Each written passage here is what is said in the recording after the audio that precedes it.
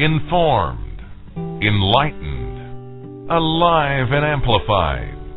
This is the Living Light Network. Welcome to One Cell, One Light Radio with Dr. Hildegarde Staninger, known by friends and clients alike as Dr. Hildy.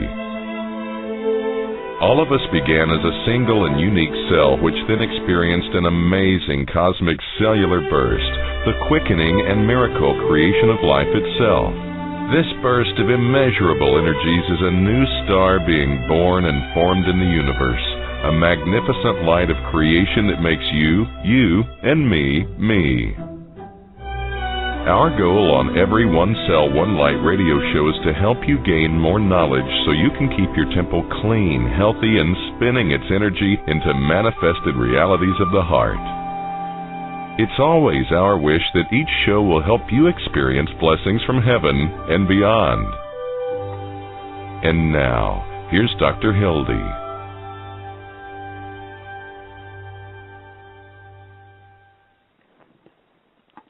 Audience, I want to welcome you to our show, which is going to be on nanotechnology for environmental remediation.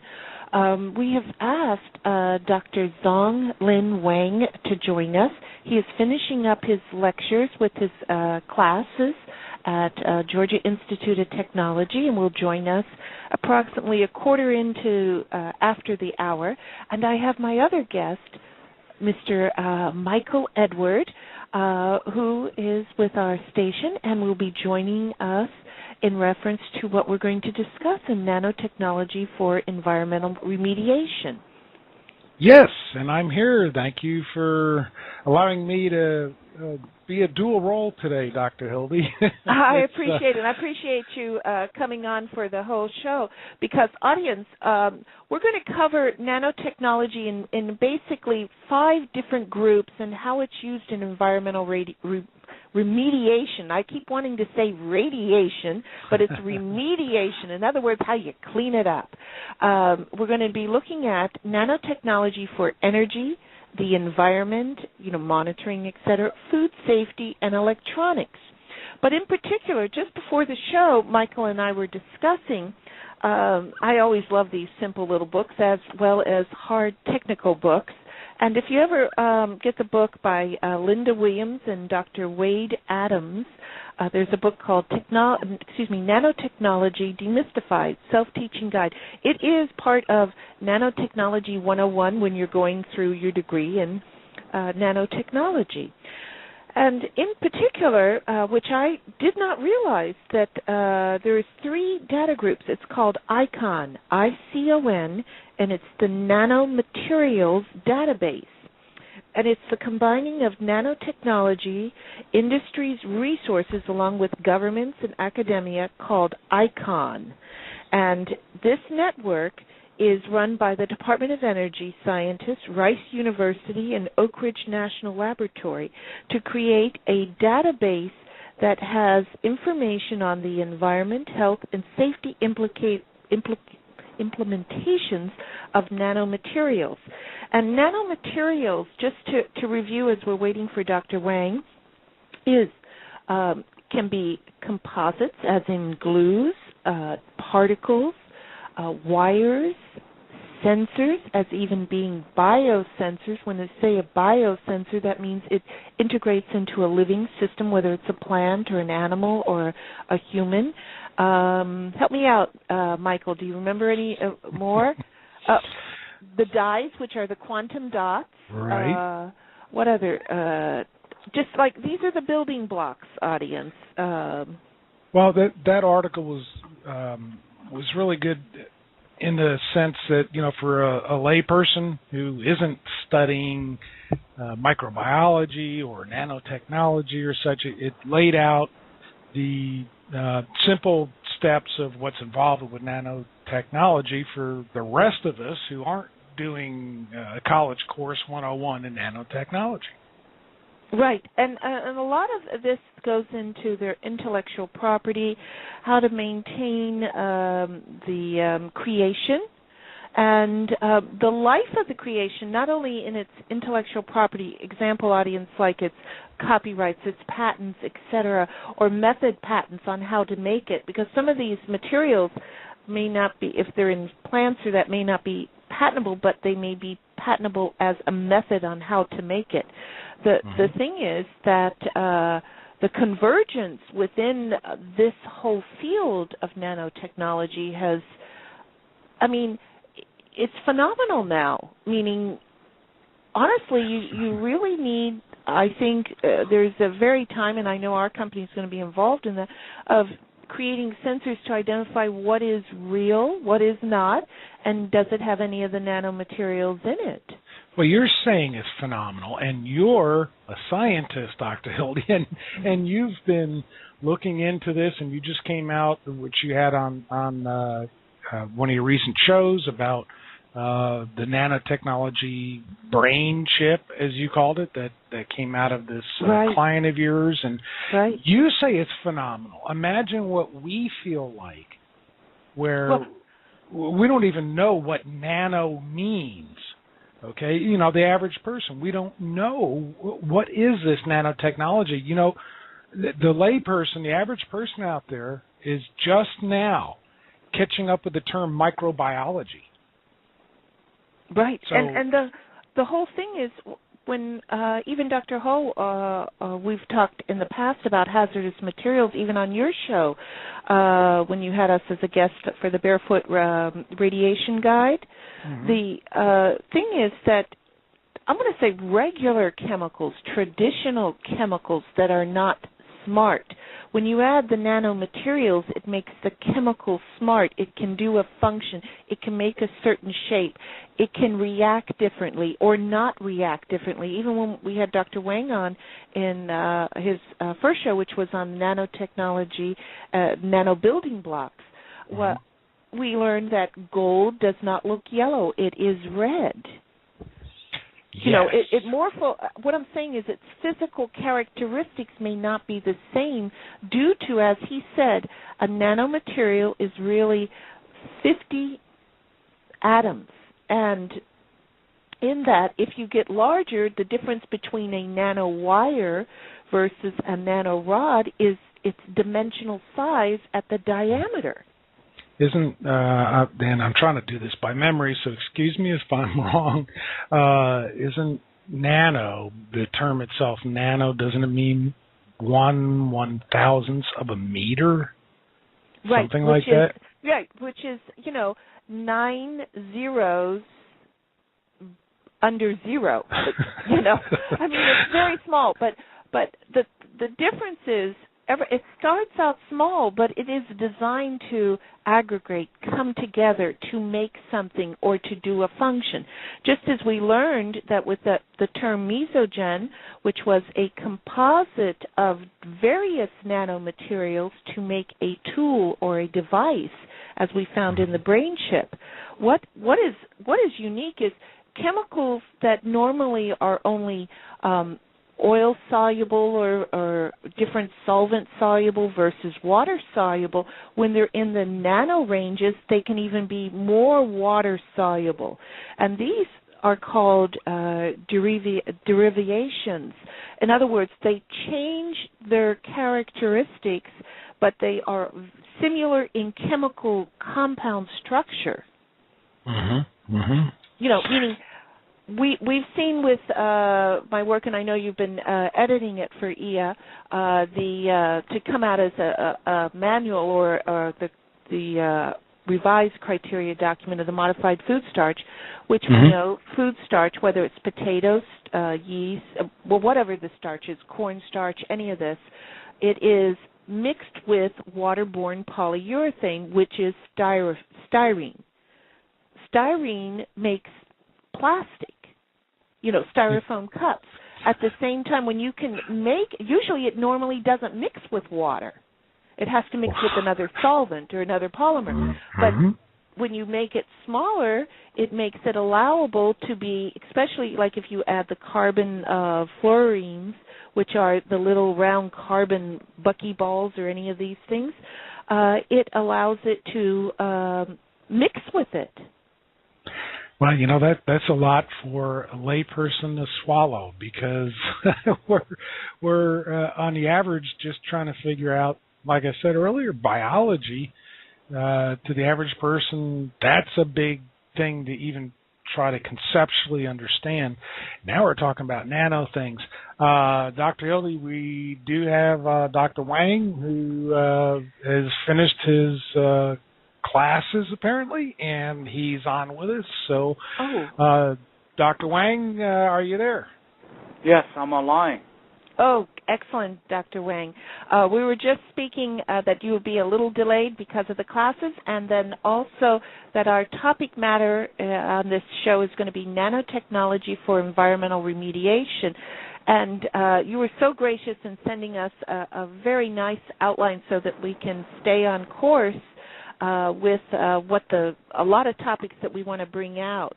And what I was just sharing with the audience is that as the nanomaterials are changed, meaning what I'm saying is as we learned molecularly, meaning like 50 atoms make the nanomaterial approximately, that it can change its physical characteristics or its toxicity, thus even being more water soluble when the original compound may not have been water soluble. And what I was going to share with the audience is that when these types of reactions occur, especially if they're done in research or in aspects of getting into the cytoplasm or cytotoxic injury within the cell, a majority of compounds of that type of nature that would rob the water or rob the oxygen could definitely produce oxygen radicals, which can be toxic to the cells, or they can be used to monitor the cells for different diseases. I just made that statement, know. Okay, let me pick up the first one's, when we talk about nano, there's a number of things different from traditional larger pieces of materials.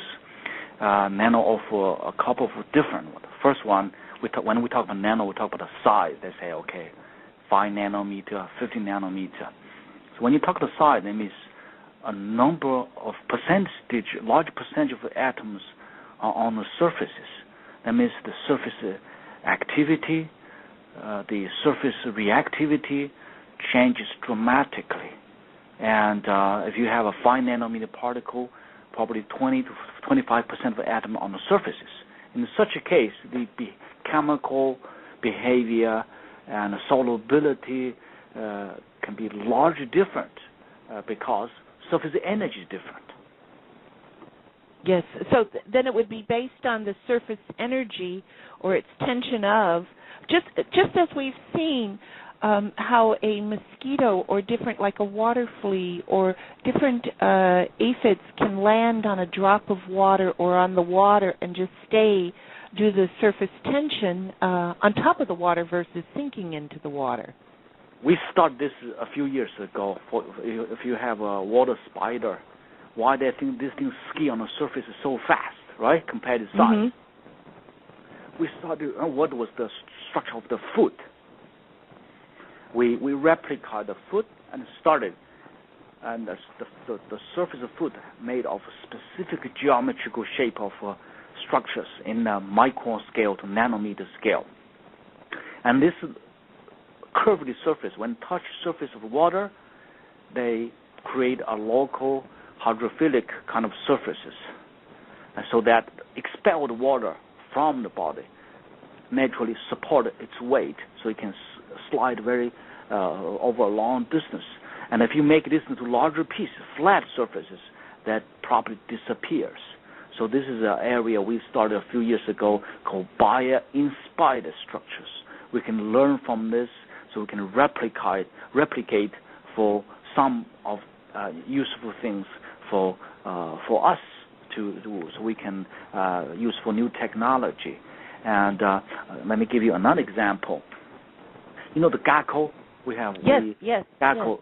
Gecko can stick on a vertical wall. It's probably the largest animal that can stick on a ceiling for any surfaces.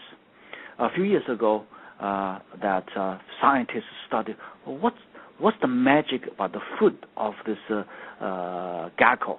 And they found that the food made of a lot of fibers, and the fiber made a lot of finer fibers. You know how small the fiber is? It's about 300 nanometer. Wow. So this food is made of bunches of this kind of 300 nanometer fiber. So on any surfaces, they can reach atomic distance. So in chemistry, we call a van der Waals force.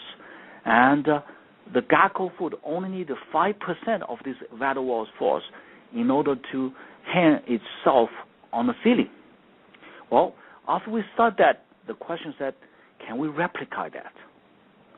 So we did that, and we used carbon nanotube to simulate this the food of the gecko, and the results show that using carbon nanotube, we can stick on a wall, and the strength can be 5 times stronger than the gecko foot.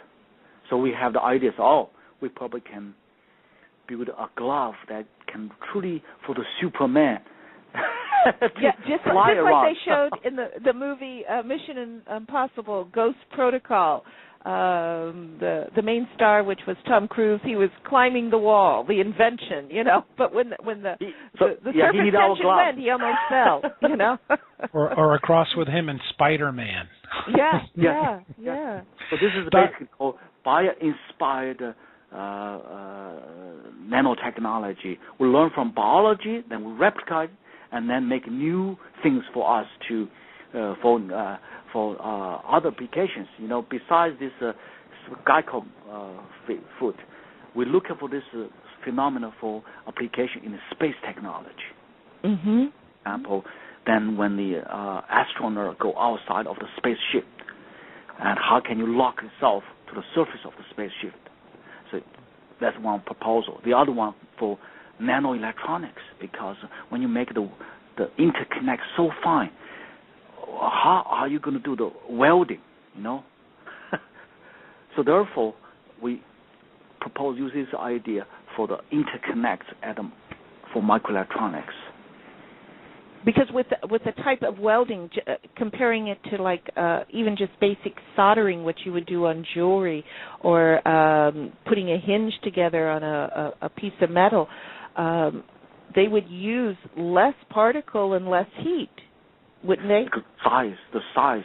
When you do the welding, that means the size has to be relatively large. For such a small size, how can you do the local heating for the welding? Well, I have a question. I'm a layman. I'm not even in biology 101, or not even close to nanotechnology 101. Dr. Wang, just so I can get this clear, and for our audience, what's the difference between a nanotube and a nanowire? Is it just the size, as what you were saying before? This is a good question. Thank you. Nanotube, this terminology came original from carbon nanotube. And then you can use, we are familiar with graphite, right? If you roll a layer of graphite into a cylindrical structure, like a tubular structure, you make a carbon nanotube. So carbon is very sticky. Pretty much carbon can stick to anything we know today. That's called, when people normally call nanotube, they refer to carbon nanotube. A nanowire is a solid volume, just like a solid wire. It can have a cylindrical solid, or you can have a rectangular cross-section. It can vary.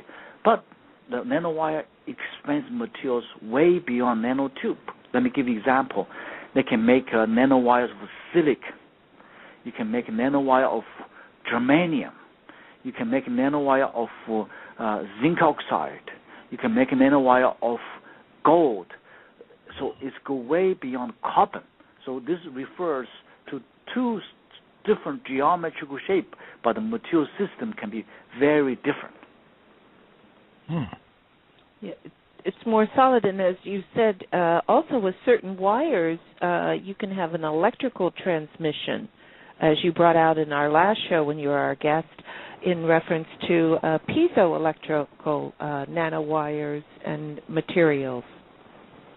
Exactly, because this is when you get this kind of nanowires, you can fabricate a lot of LED devices, electronic devices. So they have another different field for application, which is very exciting field in nanotechnology today.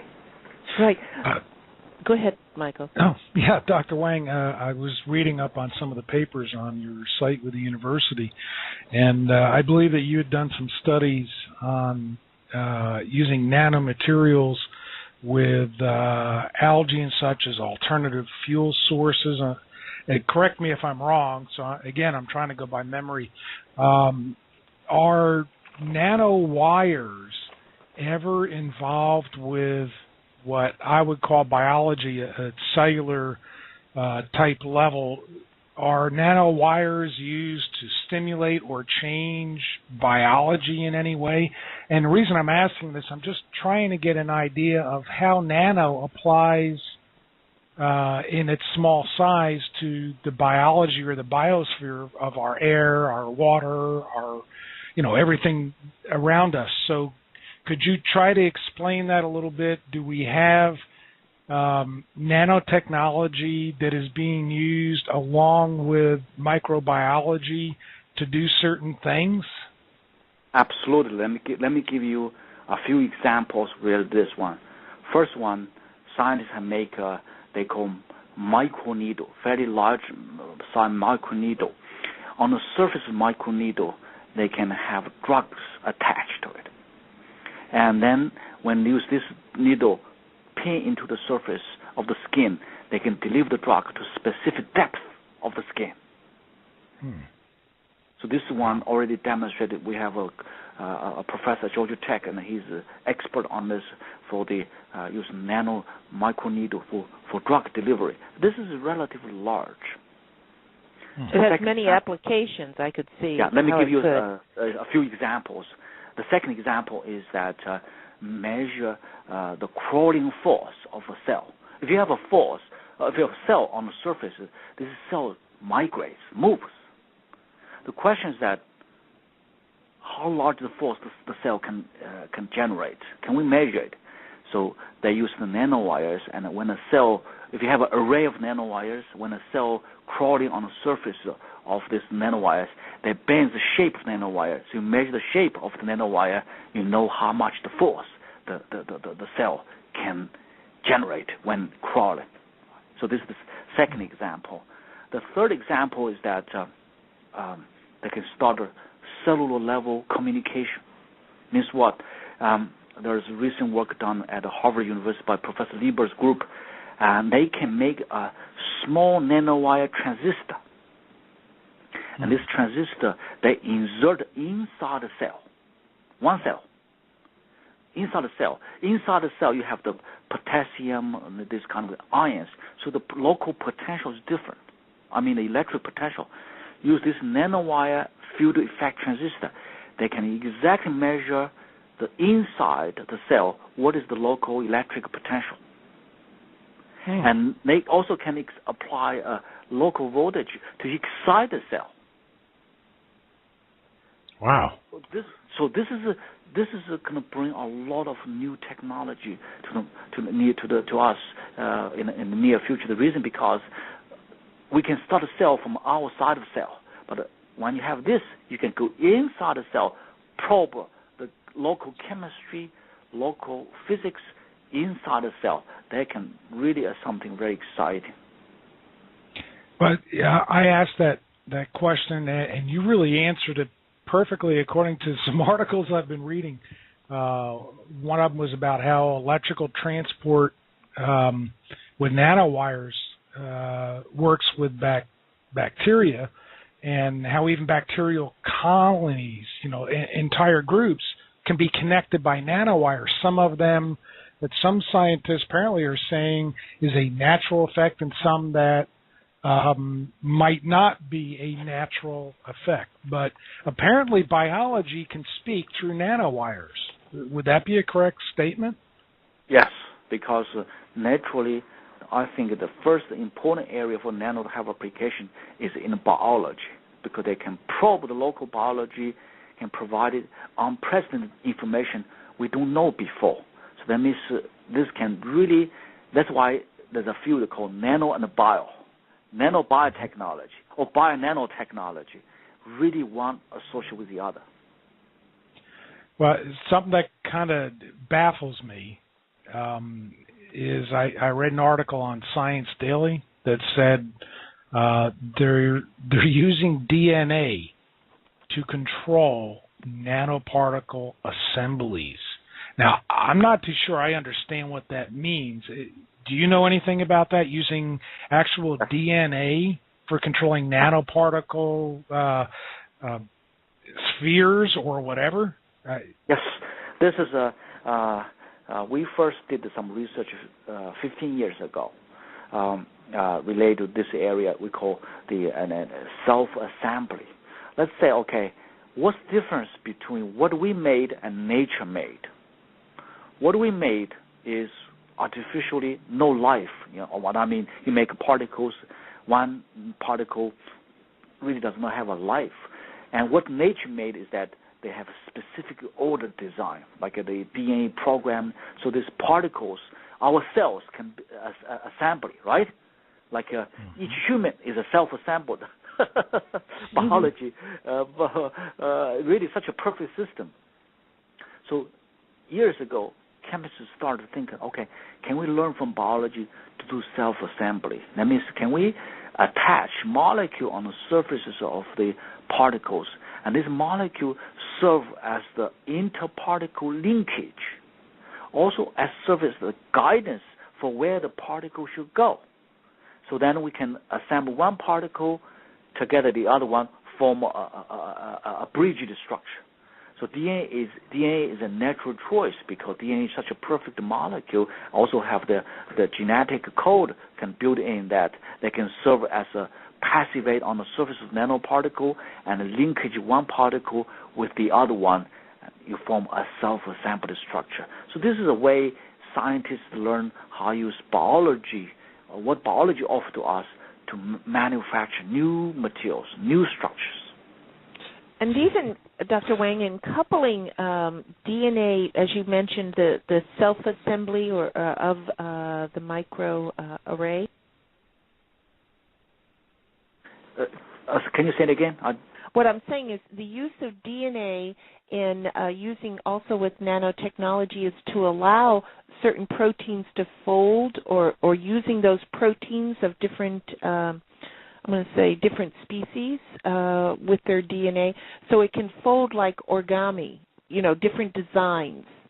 Exactly, because they use the chain length of the DNA. They use the sequence in the DNA to make a different functionality, to form different structures.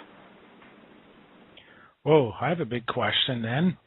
Could we use human DNA to control synthetic bio-nano creations?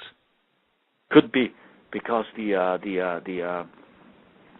you look at it from molecular point of view, DNA is a perfect molecule. And early day when they done the work, they utilize the thiol molecule. Thiol molecule is a synthetic material use. And later on, in the recent years, a lot of people started DNA-guided self-assembly structures. So this is still an ongoing research, and a lot to learn, a lot to investigate. Right, because if you look at different species and different genomes, there's a lot of information to be coupled with that type of technology. Yeah, absolutely. So that's I talked the last time that I say this change the research culture, because nano bring biology together with us, physical science with chemistry, engineering with science. So really multidisciplinary and multi-field research culture, and that's where the exciting thing is going to come out from those collaboration between scientists and engineering from a very diverse field. Have you seen, you as a professor in that, and I used to be one a long time ago, but the the thing is, have you seen a trend of whether it's male or female students going more into the nanotechnology aspect or IP aspect in their sciences as compared to what they were 20 years ago or even 5 years ago?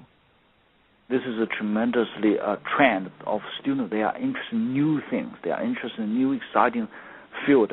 Nano, bio, and energy are the choices for the students today. I teach a class. Already taught this class for 6 years. We have a called Nanomaterials Certificate Program. What is this about? This is because we have students from Material Science Department, students from physics, from chemistry, from biology, from electrical engineering. So we have a diversity of background students. All of them want to learn something about nanotechnology. Mm-hmm. And then we don't have a department which is called Department of Nanotechnology, but we have a Department of Material Science, Department of Physics, Department of Chemistry, all this kind of traditional field. So we create a certificate program and say we design some courses, specific courses related to nano. Everybody in the advanced undergrad and the graduate students, all they can sign this course. We introduce the very basic, start to talk about phenomena, why nanoscale chemistry, nanoscale physics, mechanical property measurements, and nanoscale, all this covered, electrical property measurements. So give them an introduction to meet their needs for future jobs, because when they go outside, they say, okay, what do you know about nano? I was, I took this class, that class. I have a certificate in my hand that I'm qualified to do some work related to that. So in education, we already started 6 years ago to teach students, and this class become more and more popular.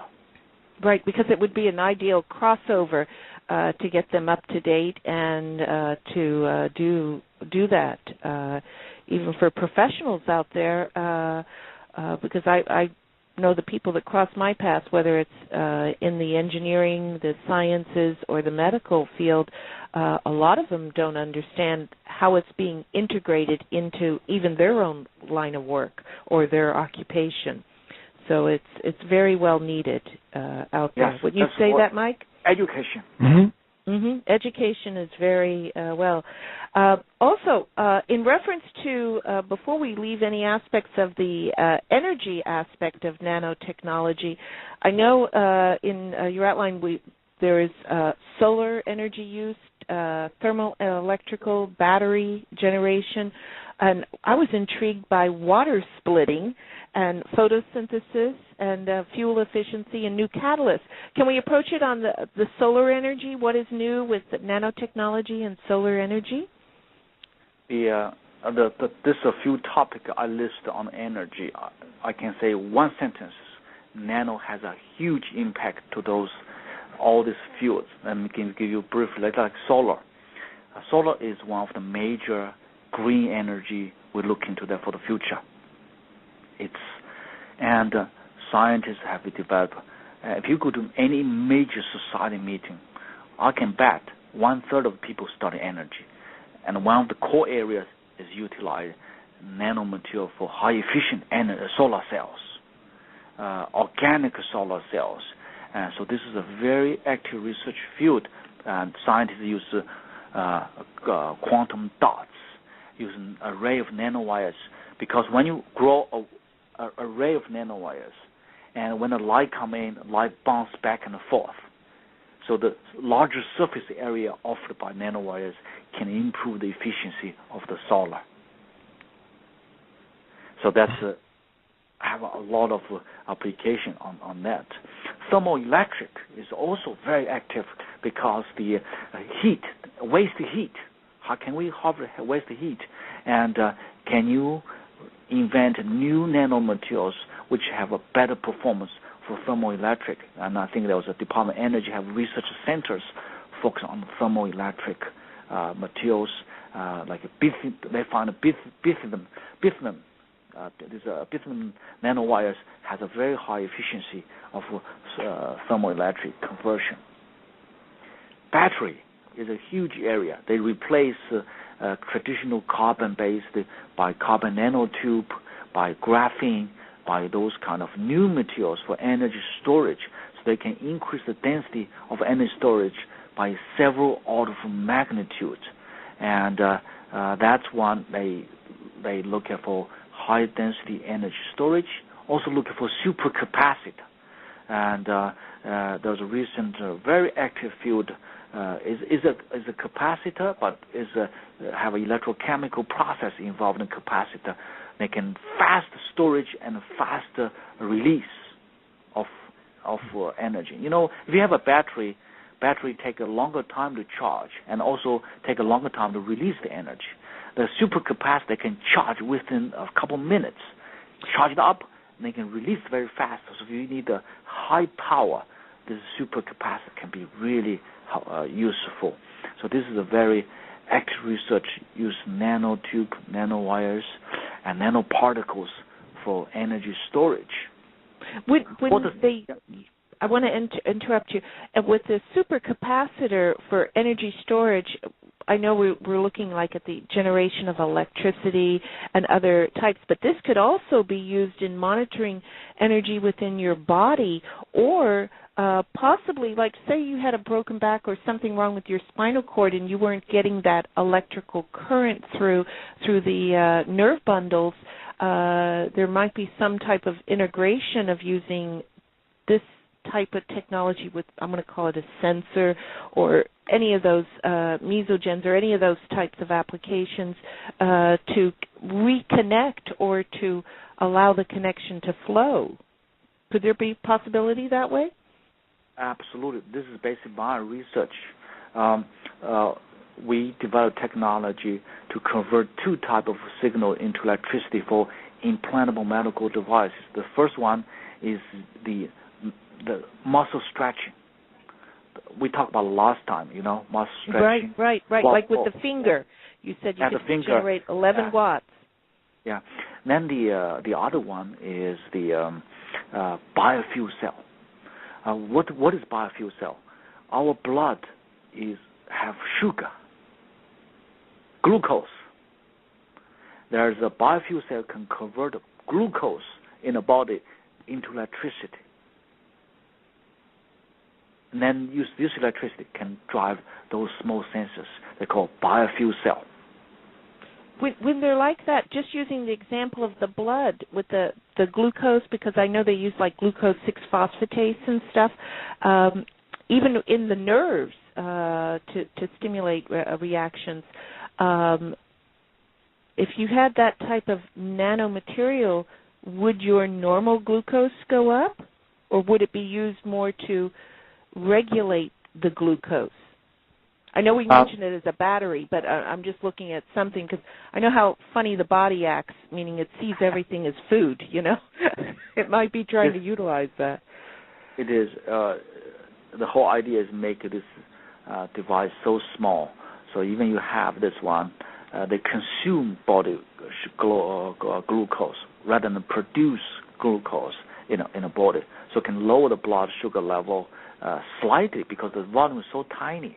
And this is number one. Number two, that can utilize this to detect the local glucose level. Or we can measure the voltage from the biofuel cell. The local biofuel, the glucose concentration is high. So it can be a technology for monitoring the sugar level in the body too. So with the amount, the size we look at is very small, will not affect our whole biological system in any significant way. Mm-hmm. Question again, Sure. and this is for both of you, Dr. Hilde and Dr. Wang. You're both brilliant, so I just feel like one of those guys in those political question and answer town hall meetings. So bear with me. With nanowires, since they're able to transport electrical signals, does any kind of external sound frequency affect the nanomaterials or the colonies or whatever we're going to call it, the synthetic nano-created whatever.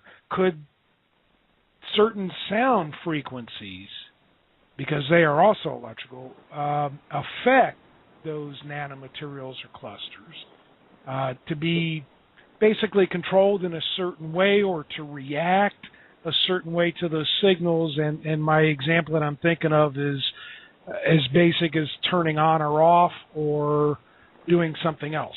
So do these nanowires, do they respond to certain frequencies to do a certain job, or could they be created that way?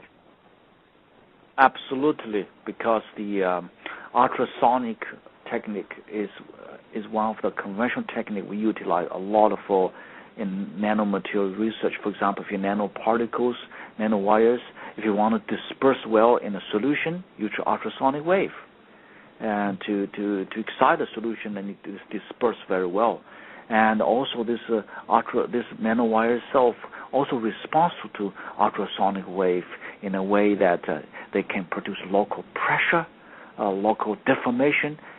It does, so that a lot of interaction between nano object with ultrasonic signals in a reverse way that also can use these nanomaterials, like for example, like zinc oxide films, nanowires. Scientists have a detector, ultra-sensitive sonar detector. Wow. Okay. Sonar detector, and then you can detect the sonar in a way. So there's a lot of things going on related to sonic wave application, even for medical image.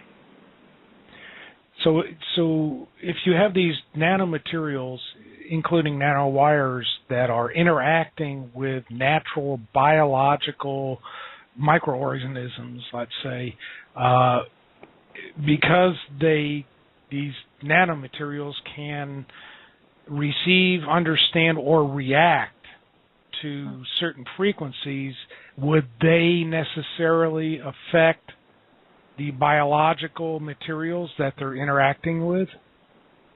I think it depends the concentration of quantity you used, and if you use it at a moderate lower quantity, it should not affect. But if you use a relatively higher concentration, you have to study does this have an effect or not, because the toxicity can change with the size of the nanoparticles, nanowires, also can change with the composition of the nanowire. So for each individual case, that we have to study that before answer that question. Mm-hmm. And I would think, too, is if that biological medium, whether it's like an algae cell versus a human cell or an animal cell, whatever those components are within the cell and its reactivity, if the materials have a tendency to bioaccumulate within that arena or that medium, I would think that would also play a factor, too. Example like how we see in humans how lead will accumulate on the nervous system because of the charge on it due to the valence charge of the metal alloys, the positive 2 and 5 charge within the lead molecule. Just using that as an example, I would think that would be a potential with, in particular, like nanoparticulates that had a metal base or something like that, maybe. It does.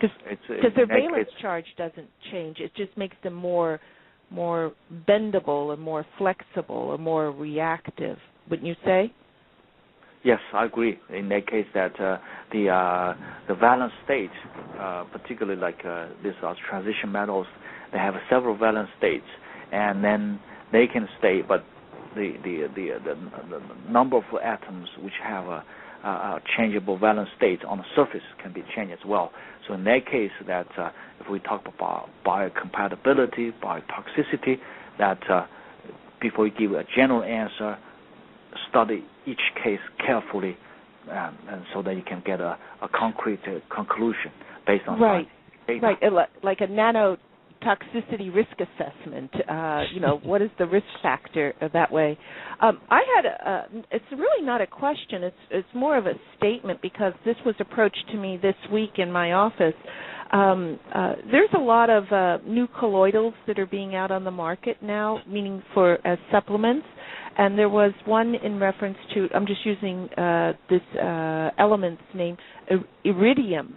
And I know from what I've read in nanomaterials that iridium is used a lot to work with transitional metals and stuff to increase or enhance their electrical potential or the reactive state, I should say that. My statement or question is that if nanomaterials were, say you were taking some kind of colloidal supplement and you were exposed to nanomaterials, whether in the workplace, wherever it may be, there may be a risk to that interaction because of just the way they may react with each other. Would you think so? Yeah, I agree that for this one, you see, this in my list of this energy, that one of the is the photosynthesis and new catalysts. This is really a very exciting field because there's in nano field people try to find of non-precious metal-based catalysts. You know, for pollution treatment, for deal with environmental or some of the unique catalysts, for example, for hydrogen production, platinum, metal platinum particle is the best catalysts. But due to the very limited supply of the world in platinum, and someday we're going to run out of that. That means, can we find other metals that's non-precious metals replace platinum, and so they can also pertain the high chemical reactivity, selectivity, but at the same time much cheaper. So there's research going on that to utilize the low-cost metal to replace platinum for this kind of purposes. So this is a very active area for photosynthesis, for hydrogen technology, also includes fuel cells. Right. So that's I mean for the last few new catalysts. Right. I know I had a project years ago where we had to look for osmium and stuff like that, and osmium was an element that was so expensive out there.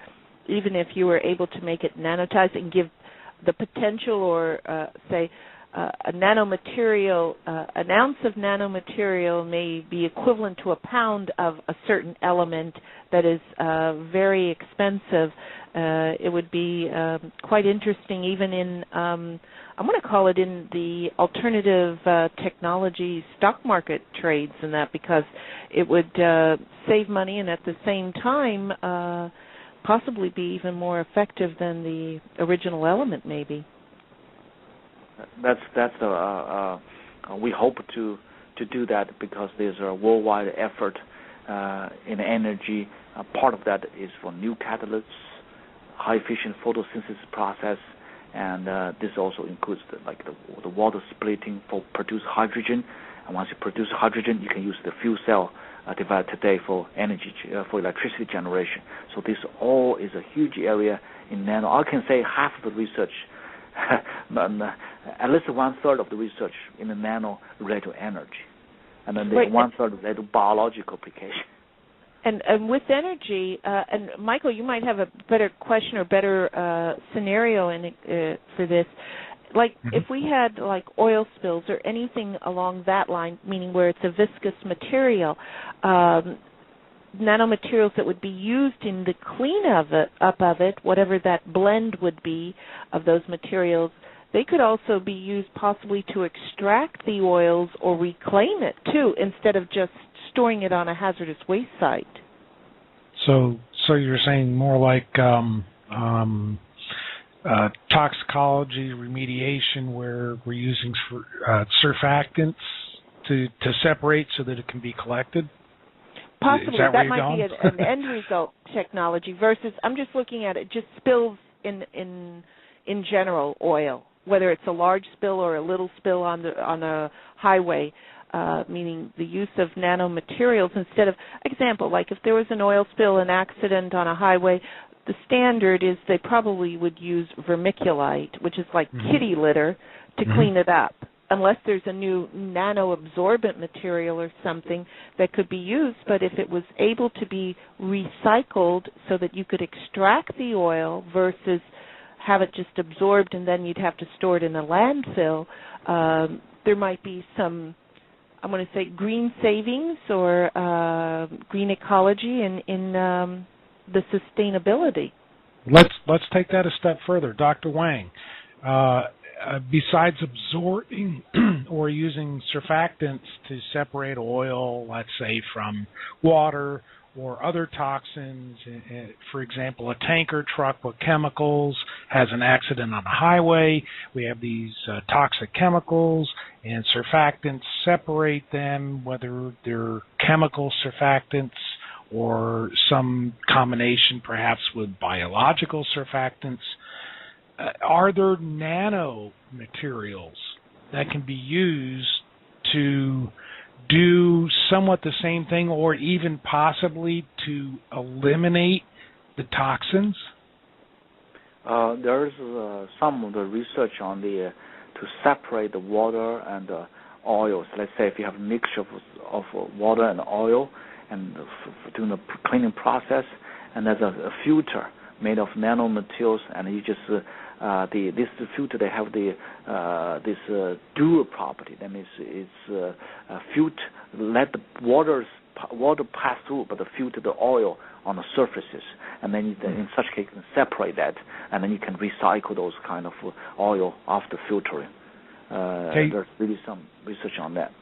Well, okay. What could the possible role as a remediation effort to correct a toxic spill of any kind? What could the role of nanomaterials be that are beyond what we generally know now? I know you know much more than I do, but okay, I'm looking at, for an example, something simple like Dawn detergent, which is a surfactant. It separates grease and oil and dirt and such from the water, and that's why you use it to wash your dishes. How can nanomaterials increase or do a better job than something like Dawn detergent? Has anybody done research in this? I personally have not seen much report in that regard for the like this environmental cleaning. I bet there's some work on that, but it's go beyond my own knowledge, and so I'll let you elaborate that a little more. Well, I don't have an elaboration because that's why I was asking. I believe that there are nanomaterials being used in from my research with certain military applications to clean up some messes, so to speak. But I'm not the scientist.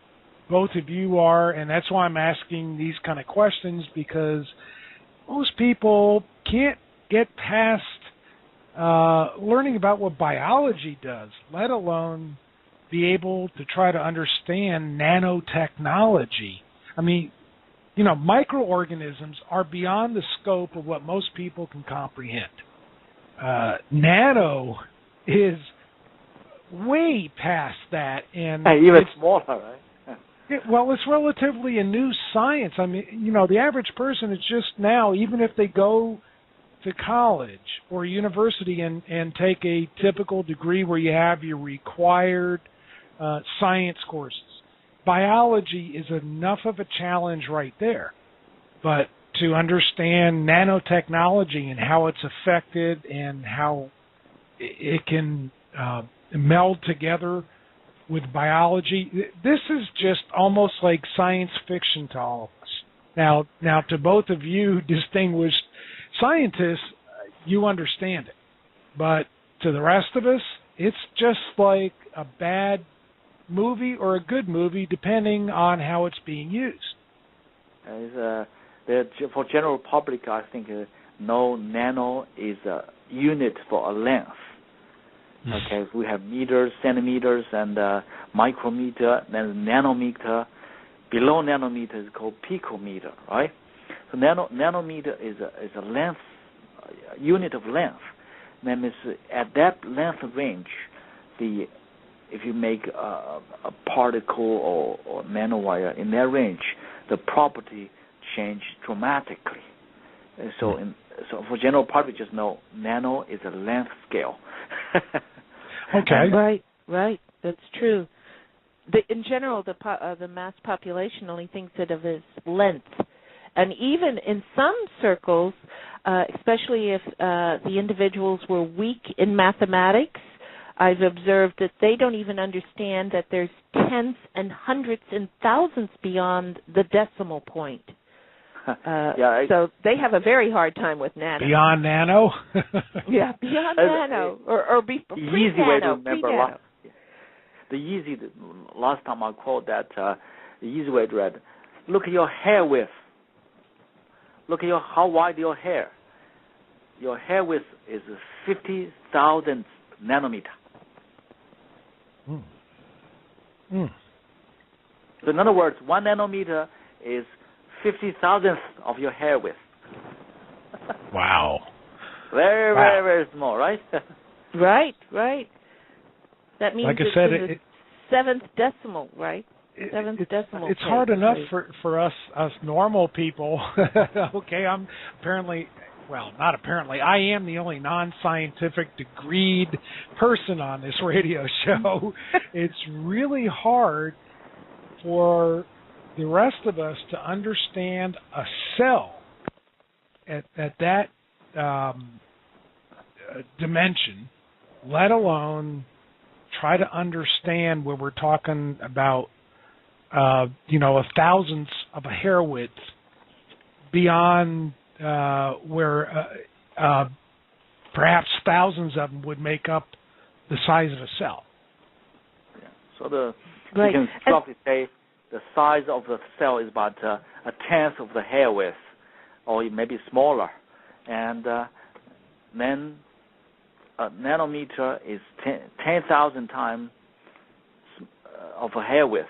So very, very small.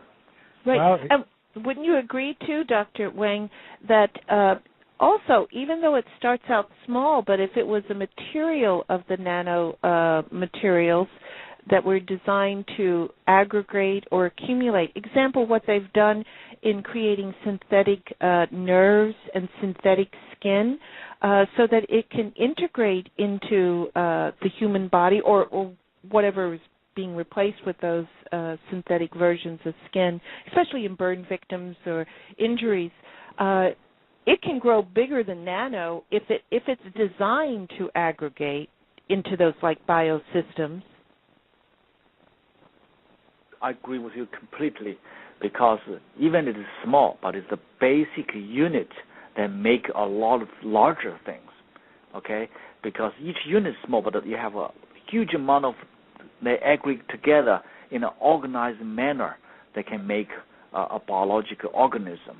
They can make something we can put in our hand and to see it. But the basic unit is small, but you can make a larger structure out of that. Right, and its example is like a car. No matter whether it's a Rolls-Royce or a Fiat, whatever the make may be, you still have to have 4 wheels. You still have to have an engine. You still have to have a body and some seats and a steering wheel. And each one of those components can be similar to different types of materials of nano that can be assembled from, like example, nanowires, nanocomposite, meaning the glues, and the particles to make, or the tubes to make like a mesogen, which is a functional tool. And we're coming up onto the half of the show. Please, my guests, stay on the line. And audience, we're going to pick up on the second half, and we're going to pick up with nanotechnology for the environment on our second half as we go into food safety and electronics. Informed, enlightened, alive and amplified. This is the Living Light Network. Welcome back, audience, and my guest to the second half of our show on nanotechnology for environmental remediation. I have special guest, Dr. Zhong Wang and Michael Edward with us. And when we left, we were just moving into the category of nanotechnology for the environment, and we were talking about environmental monitoring.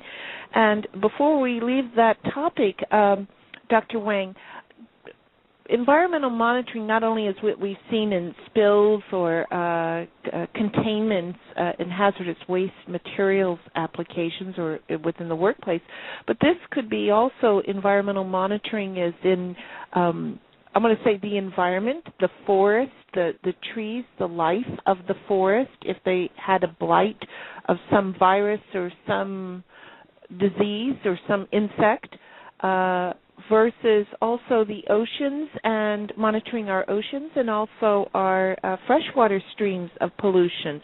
Has technology in the nano field been applied or developed in those categories? Yes. It's. Let me give you a few examples. I appreciate that. Environmental monitoring is a key area of research because this includes a lot of sensors, different type of sensors, sensor network. The first example I'll give it to you is that is the pollution monitor, because, for example, if you have mercury contacts in water, it's really to a level that threat our life or is really exceed the government regulations.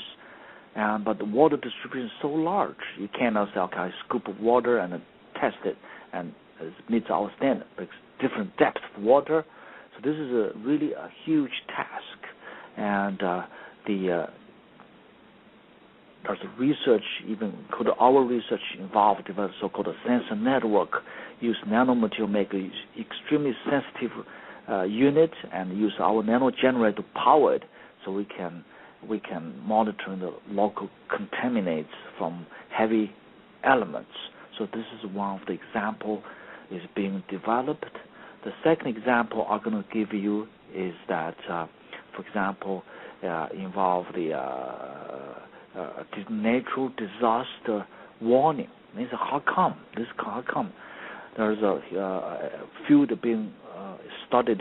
For example, can we predict earthquake? They said, well, how can we do that? There's research being carried out. They start the vibration from Earth.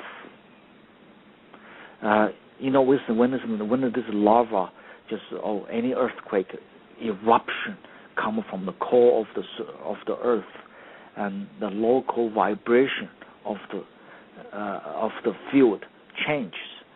As a human, we cannot detect it, but there's a lot of saying that little animals, ants, or something, they can sense it.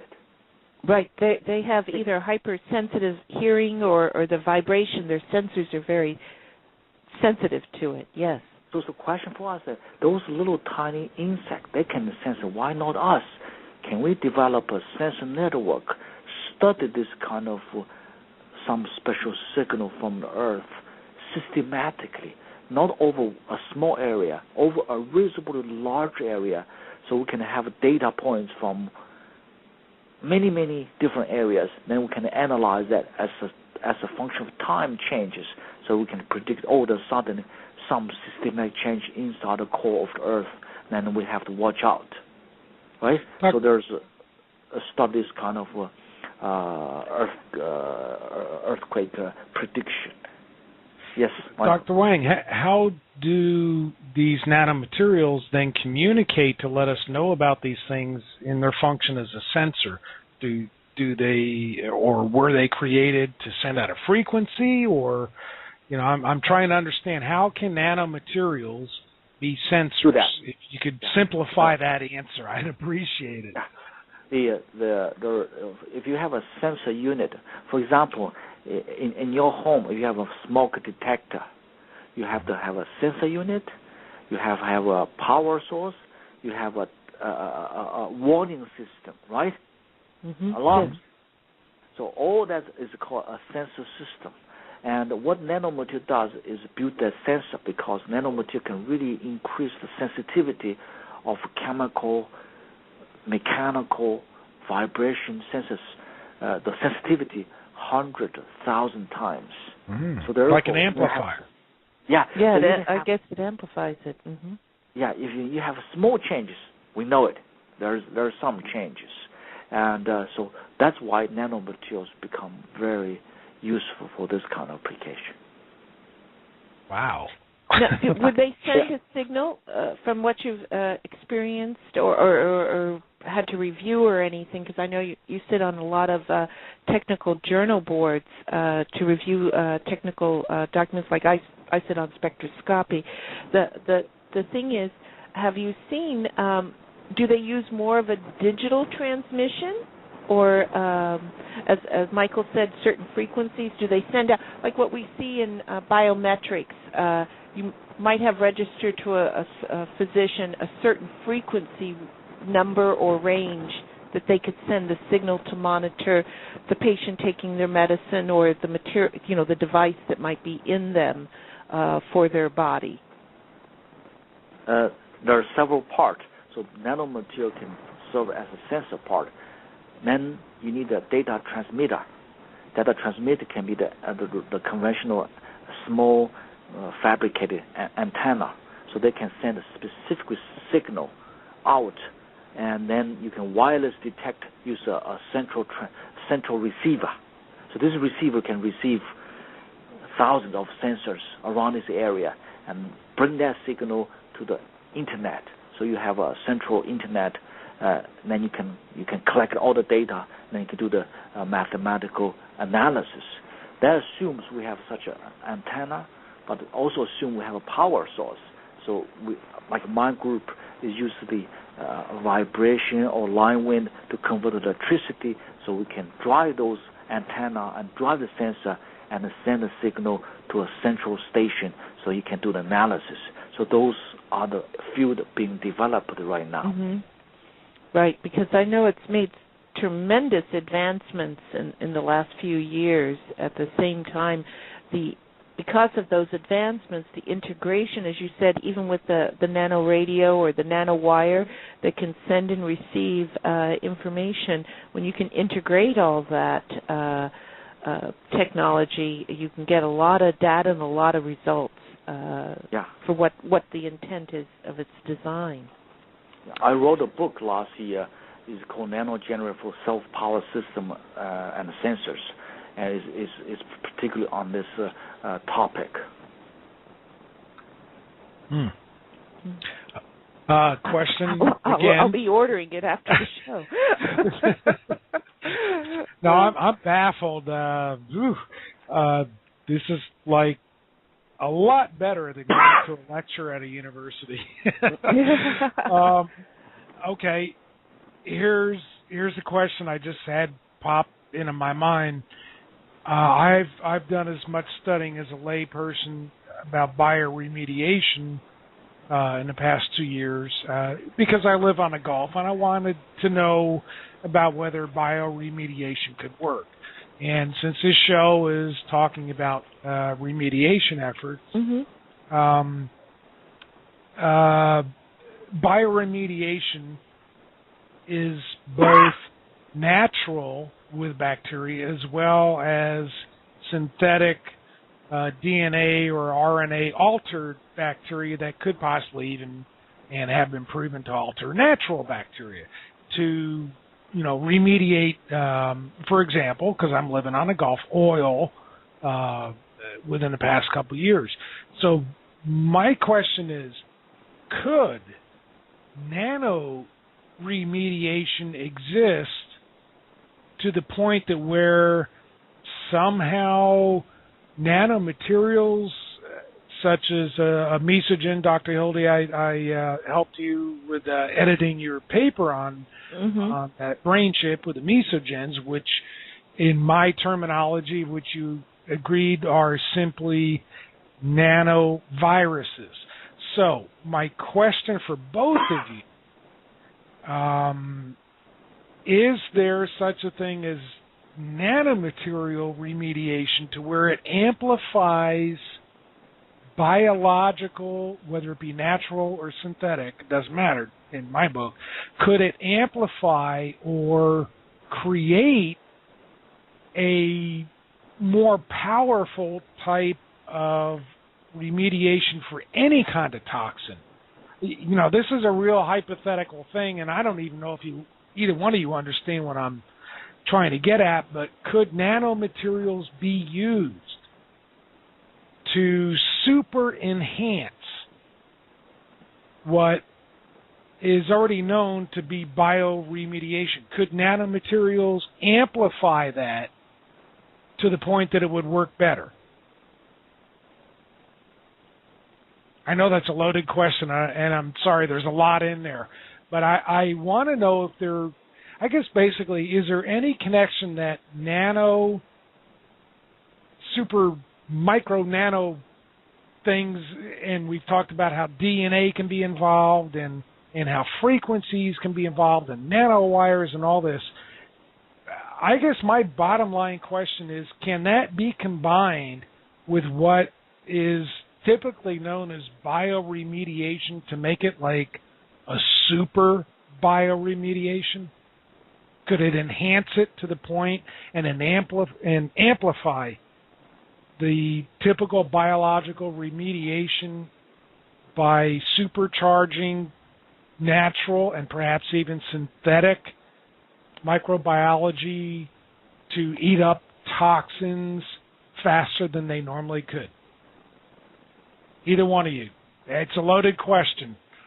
Yeah, I can start out the answer on a small fraction of this.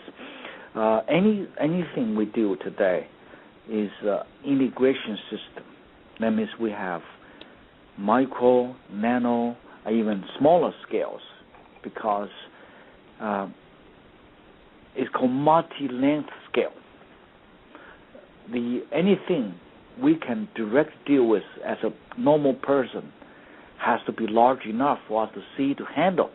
But below that, the level, we have the micro scale, something a tenth of your hair width, something barely see. And there's that level. Below that, 1,000 times to the nano scale. That means we can have, for example, tiny little sensors, electronics, built on that level. But all this has to be a system integration across length scale. And then this can be really a function unit. Just like our biological system, if we only have cells, it's not a functional biology species. But many cells put together have a functionality. So if you change the number of cells, they become aggregates, and there's a functionality built in. And then grow larger, become different parts, become an organism. So in that case, it's a system. The same thing for the nano as well. Nano has to be integrated with micro scale technology. Micro scale has to integrate with the millimeter scale technology, and millimeter scale interface direct with us. So they're all joined together in one way or another. Exactly. This is a very called system. System that it's only nano, you cannot make everything. Only micro, you cannot make anything. Is across length scale. We need different parts of those. Example is like what happened with MIMS, microelectronic materials systems. Now they're integrating into the nano size that to enhance whatever they are to monitor or to be used in electronic fields. That's occurring. And also at the same time, many of the new bio-nanomaterials that are being used to replace bone or to repair bone, just like in broken hips or broken arms or anything along that line, to work with the collagen formation. That would be like what you just asked, Michael. Instead of being on the remediation, it is being used to integrate into that system to enhance it and make it stronger. In some of those cases of that bone material, because it has an enamel in it, it makes it stronger than regular bone. Mm-hmm. Example like what was, yeah. MIT did a lot of work in reference to the Nano Soldier Institute, enhancing systems within the biological system of the body, and at the same time, materials to protect our soldiers. And that they've done a lot of work on the physical body and the materials used, like coatings on tanks or anything, so a bomb won't make it blow up, or any of this type of enhancement. But it's very nice the way Dr. Wang pointed out that as you go smaller and integrate into the different sizes linearly, that it's all needed to have that knowledge so that you can create the systems of a systems analyst approach to how it be used, and also to monitor and enhance it. Amplify it, yeah. Yeah, I would think it would amplify it. If it had enough. I'll give you an example. If, say, a nanoparticle was to enhance the system of a biological membrane, say the algae that would gobble up a certain contaminant, but if it was too much of that nanomaterial, it could also possibly kill or stimulate that algae to bring forth something in its DNA for its survival to enhance its own systems. I've seen that with individuals that have been overexposed in the workplace. They go through chemical sensitivities, but then once they've overcome that sensitization, that level of toxicity that they were exposed to that caused that sensitization does not bother them. They might get an initial symptom, but nothing like they had in the past. But any child born from that exposure of a human, they're not affected by it. They have like an immunity to it. And I'm just okay. I know I've got some probably off-the-wall questions for both of you, and maybe I don't make a whole lot of sense, but I've got somebody who spoke to me on the chat, and I know this is probably simply because of our misconception as normal people and not scientists to understand how things work. So please don't take this question wrong.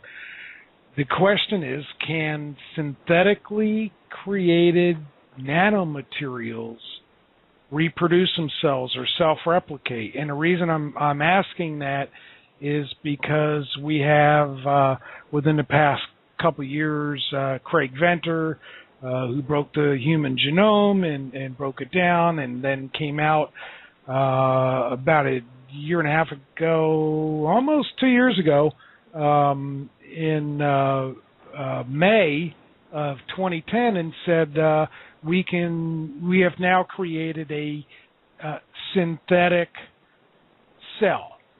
So here's my question: can the same thing happen on the scale of nanoparticles or nanomaterials? Can they replicate themselves, or could we create synthetic nanoparticles that are not found in nature? This is an excellent question. The distinction between biologicals, main materials, is biological cells that can separate. The cell can separate, split, and become multiple cells and regenerate themselves. Mm-hmm. Most man-made materials are unable to do that. And you synthesize, you got it. Unable to say we can use one to replicate the second one, the third one. And that's I think the distinct difference between what we can do compared what the nature can do. Mm-hmm. Right. So okay, then, Dr. Wang, how, since you're in such cutting-edge research with these small, these minute nanomaterials, your research then must not really be centered towards trying to create anything. You're simply recognizing these nanomaterials to find out how they can be used. Would that be correct? I think mostly correct is, for example, we can synthesize nanomaterials. The key question is that's good, but how can we utilize for some special purposes we are unable to do before? Special applications we are unable to achieve use conventional ways. So in a lot of cases, the materials we have, it is here, and a lot of people can fabricate these materials. But can you develop new application, new things out of this known material? And then that's where my own study is about. We base on materials to look for new science and new technology. To apply what you're discovering to see how it could enhance what we already know. Exactly. We can achieve what we know at 100% efficient, 100 times or 10,000 times the efficiency or the speed that we can do now. Like you said quite a few times already in the past hour and a half, to amplify or to enhance it, to make it work better or to work at a higher rate or whatever, which is what amplifying is all about, enhancing. Yes, exactly. It's just like if you have a photo detector, for example, if you have a camera and the CCD is a photo detector, can you increase the sensitivity or amplify the sensitivity 100 times? Then you never need a flash again. Right? So if you have a solar cell, can you improve the efficiency to some degree so that it become economically viable and can solve the energy need for the world? So even have an incremental advance in that field, the impact can be very large.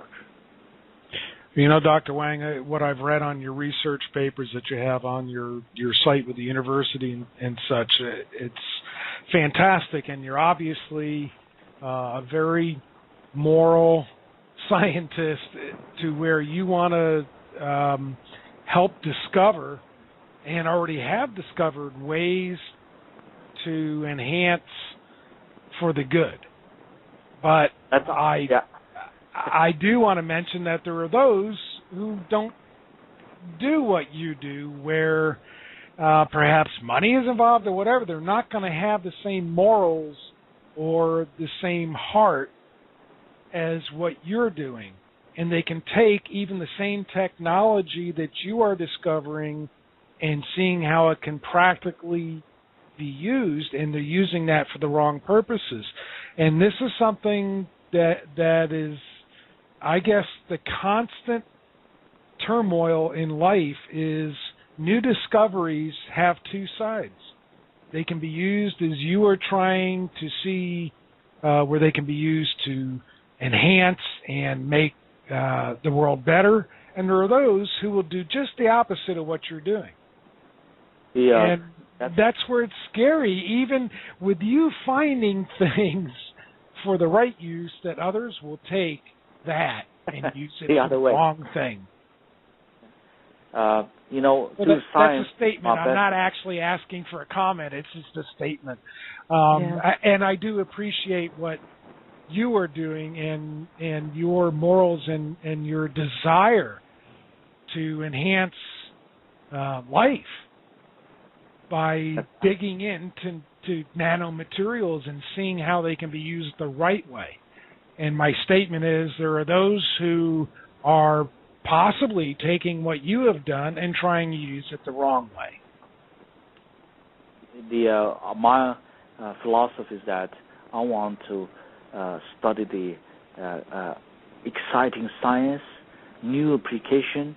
What's the goal? The goal is that hopefully one day can impact the advances of our society, improve the quality of our life, and make good out of that.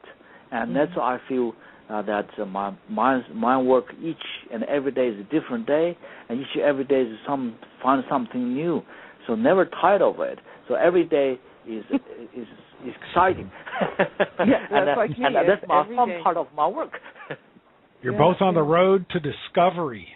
Yeah. We don't look at work as being work. We look at it as being fun, right, Dr. Wang? Exactly. That's what I feel that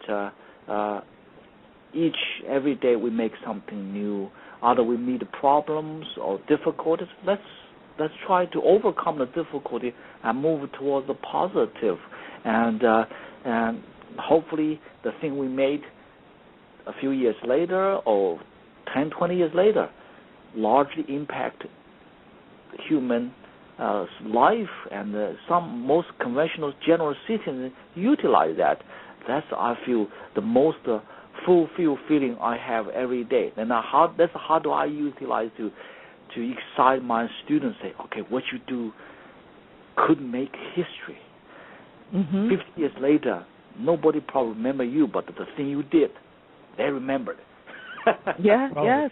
If nanotechnology could come up with a way, and I know this is some of your research, Dr. Wang, of creating the energy of the sun and giving it 100% return rather than the small percentage our photocells do now, that would be a remarkable discovery, and apparently you're getting there. Yeah, even we are a long way to go there, but that's one of the major objectives. And it's the thing we do may not solve many of the problems we face in the near future. But if we can contribute in any way positive to solve those problems or solve a couple, we feel happy about that. Right. I would too. and an example being, before we leave the environmental category, like even what we've all experienced and having loved ones in Japan or surrounding countries, China, Korea, Cambodia, Vietnam, any of those areas in Asia, after the disaster that was occurred with the nuclear plant explosion in March of 2011, I do not know if nanomaterial was used in sensory, meaning maybe sprayed, or used as geoengineering or anything for the United States. But it would be nice if there was some type of monitoring beyond just a Geiger counter or those types of measurements to see what the activity is, and where you could easily hopefully antidote by taking certain supplements within your food diet if needed, like kelp or any of the sea vegetables or anything. Do you have any knowledge of that, Dr. Wang? Because I know nuclear radiation detection was, on your category of your outline. Yeah, I do have a small project. One of the students work on this is to try use the nanomaterial we fabricated to build an ultra-sensitive radiative detector. We want the detector to be small and mobile and really light. So we use nanomaterial. Again, go to Michael's idea, amplification. Amplification sensitivity, make it smaller, and so that we can real-time detect if we have any kind of this kind. So I do have a project on that. And that's very important, your statement, in real time or even a reasonable amount of time. I know real years time. ago, I know, Michael, you were in the military at one time, but when you'd have to do, I used to be radiation safety officer, when you have to do any of the radiation, film badges or anything like that, you get the level, you pick it up monthly, and then you send it into the lab, and you get the results if there's a hot, but it was, weeks ago that person was exposed, versus if you had the Geiger counter or anything, to detect it. And hopefully this type of sensor that would be developed in real time could possibly handheld or on the body held and look at different types of radioactive nucleotides than just one source or, category, maybe. That's what we need. We need the real time in situ monitoring. It means at a site where it occurs, and real-time monitoring. Well, I've studied and researched as much as I could find out about specifically with synthetic biology, and again, bringing up Dr. Craig Venter and the synthetic cells that he created and such. I was kind of amazed that worldwide there are really no laws. I guess that's too strong a word. There's no regulation as to how you could apply, and again, here we go back to, is it good or is it bad? How you could apply synthetic biology of, creating the DNA and making your own cells and all this and clones and, okay, when it comes down to breaking that down into nanomaterials, do we have nothing more than the simple guidelines that the synthetic biology research goes by, which, you could break the guidelines and you don't go to jail or anything? Is the same thing applying to the smaller scale of nanomaterials? Are there just guidelines, or are there regulations of some type of how these discoveries can be used? I think there's a guideline for that. The reason because from a synthetic point of view, there's a lot of things scientists discovered, some of the natural rules or laws that they discovered regarding materials fabrication. And also I think there's, from a government point of view, there's an initiative talk about standardization. If you make something, they have a standard to quantify that. And how do you quantify nanoscale? That's another challenge. But I read some documentation. They start this initiative right now for nanomaterial standard characterization techniques of materials system, and so it's another thing being emerging right now. Dr. Wang, I know this is a big question. I'm just asking your opinion and nothing more. I'm not asking your official opinion, so please don't take this the wrong way. But how do we know what bio-nano remediation will do to the biosphere, such as how can these nanomaterials affect us and our cellular and biological structure, or even other mammals or whatever, or the soil? How are we going to be protected, and is there anything that stops somebody with the wrong intentions? Again, this is not you. I'm just saying those who are not like you. Is there anything to stop them from using bio-nano materials to destroy life? Can it be used as a weapon? I know this is a big question, but obviously it can be used for good, and to me it's very obvious it can be used for bad. Right. How do we control that? And my big question, the big one, to follow that up, is how do we know how this affects us? Or don't we know? Yeah, very good question. This is a very big question too. It's like anything that have many positive side, also have the negative side. And I think from my own point of view that this is a new thing, and we should look at it from a positive way. But at the same time, we study the other negative side of these materials. How could that affect our life? Could be used as something somebody can attack us in the near future. So as a scientist, I think we should be positive, but be cautious and look from every angle from biocompatibility, environmental safety, and any other life-threatening that we don't know. Like for example, like the early days scientists studied radiative material. They don't know this can cause cancers, but we knew that some time later. So I think with today's analysis technology advances, that with the worldwide attention, the scientists and engineering can soon will discover the worst, the killing part or the negative part of this material can do to us.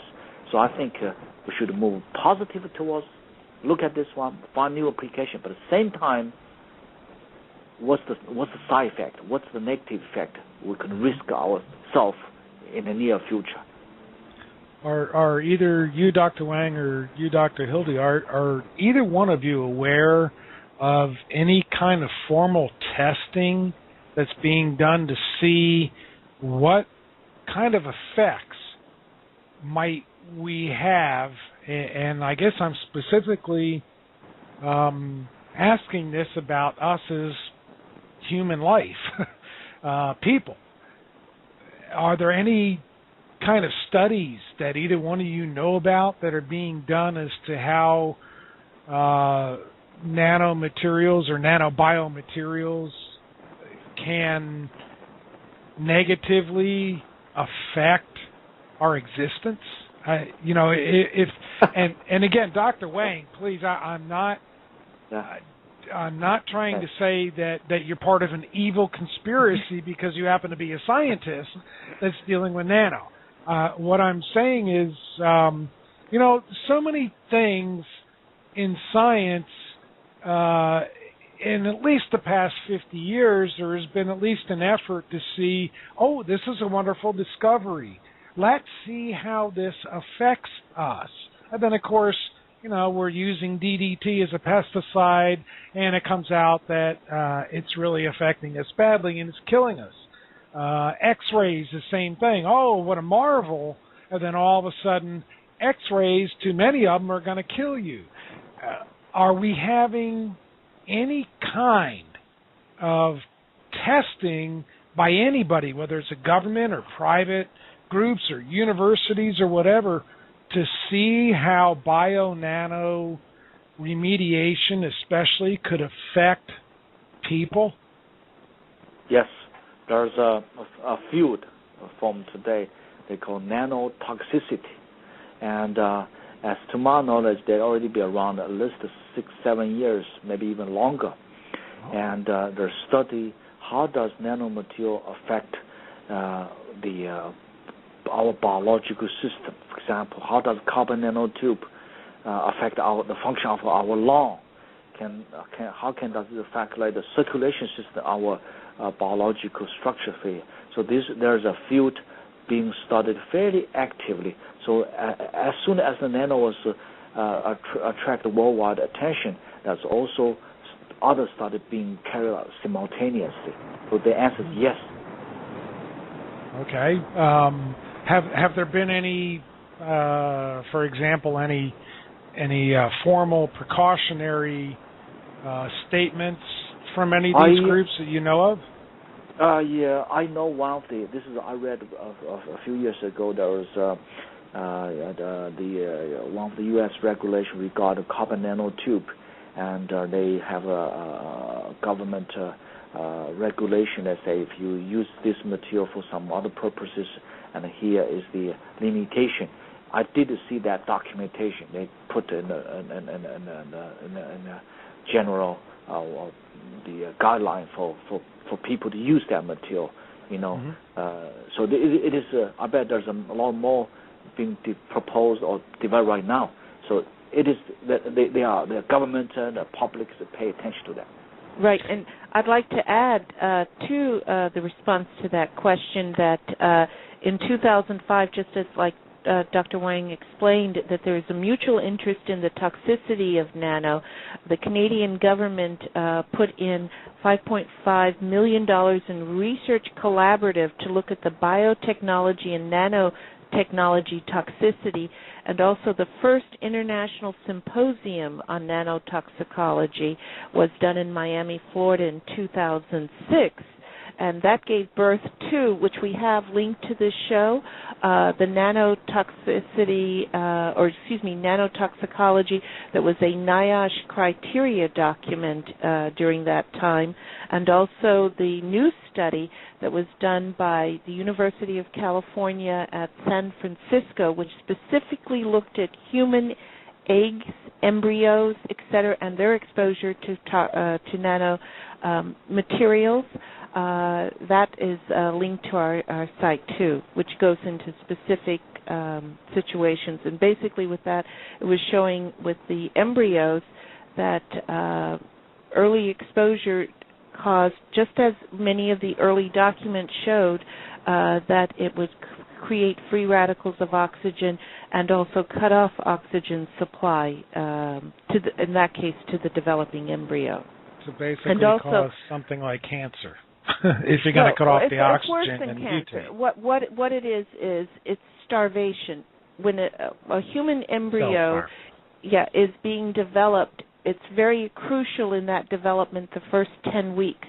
The earlier of its development, when oxygen is cut off, that's when the embryo can reabsorb into the body, and you have an amniotic sac developing, and they call that a spontaneous abortion, meaning the body absorbed it.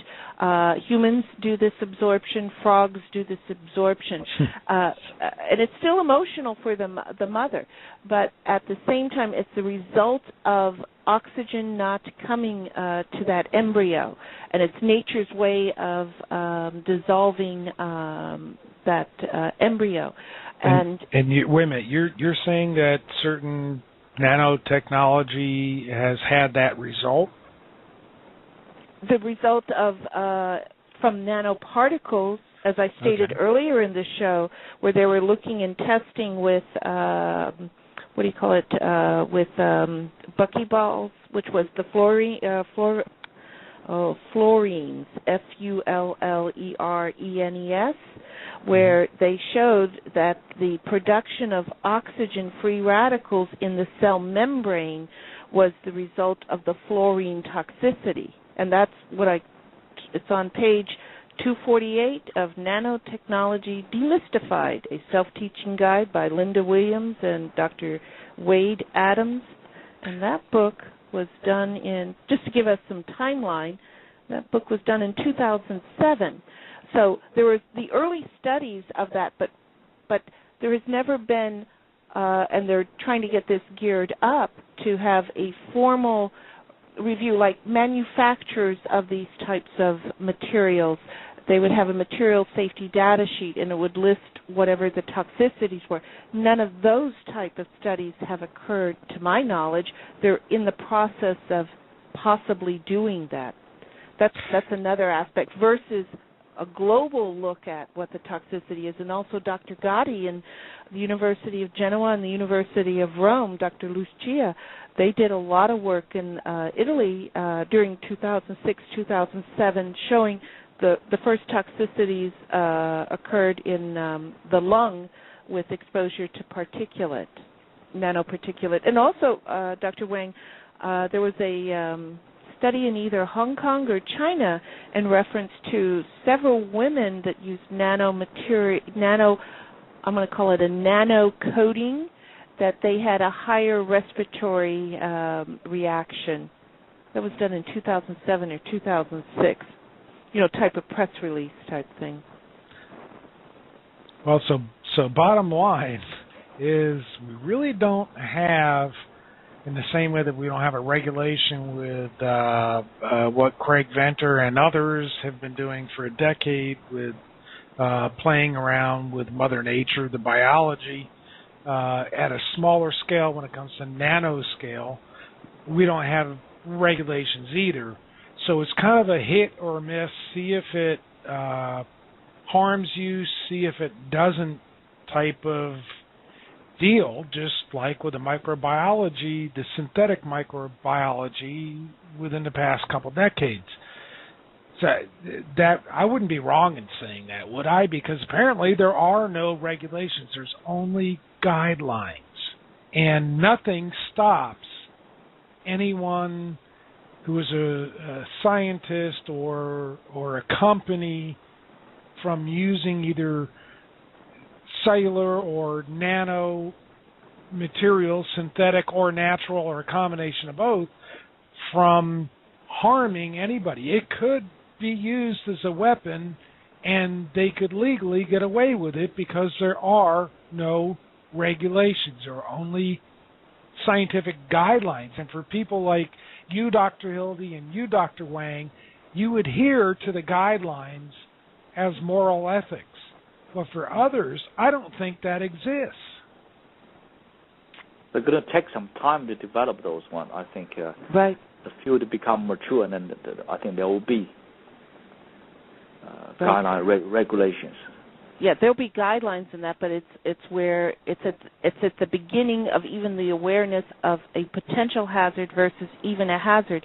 Even what happened with the individual that was exposed to, I'm going to call it nanoparticulate matter from exposure to what caused the brain meningioma from a client of mine, and we wrote it all up, et cetera. The thing is that even getting the proper enforcement, of who's going to investigate something like that, and not only regulatory, but I mean, getting shot with a bullet versus a getting bit by a dog on the ear versus a bullet in the ear versus a nanoparticulate that did something to the body. The intent was to use it for not a good nature. Even getting that investigated has been very hard and still going. Yeah. And it's a whole new field out there, in forensics. One materials I can quote is this very well studied in the field called quantum dots. What is quantum dots? Is a small nanoparticle that on the UV light illumination they give different colors as the size changes. And this material is cadmium selenide, CDSE. Cadmium, cadmium is very toxic, and right. And even this quantum dots was so many people studying this in the nano field, and everybody knows it's toxic, but they try to find interesting optical application, even for cancer imaging. For cancer imaging, and my university, Georgia Tech, and Emory University, a few years ago, have a center from NIH was just cancer imaging. Use these quantum dots. People know it's toxic, but they try to utilize to study something about biology. But when they use it for truthful biology, they know this is toxic, so they cannot use for that. But give you a means, give you a tool to understand how cancer develops, how the cancer spread, all this kind of fundamental understanding. Right, and at the same time, it's from my field, it's like getting it out, the toxicity out of the body with this nanomaterials. I envision, I know what I've dealt with in the last years. It's harder to get out than a regular chemical because it can go into so many different compartmentizations, and that's a whole other topic. But since you brought up the quantum dots, Dr. Wang, I know they've done, just as you said, you mentioned that as the size changes, the color could change. I know some studies that they were using in ocular and sensory transmission. The dye, meaning the quantum dot, went from red-orange to yellow when it's like finished delivery within the biological systems. But does it change? It changes because of the delivery. I'm going to say the coating of the material on the dot. No, it is. It's the charge, the color. The reason they call quantum dots is that this color change is called a quantum mechanical phenomena.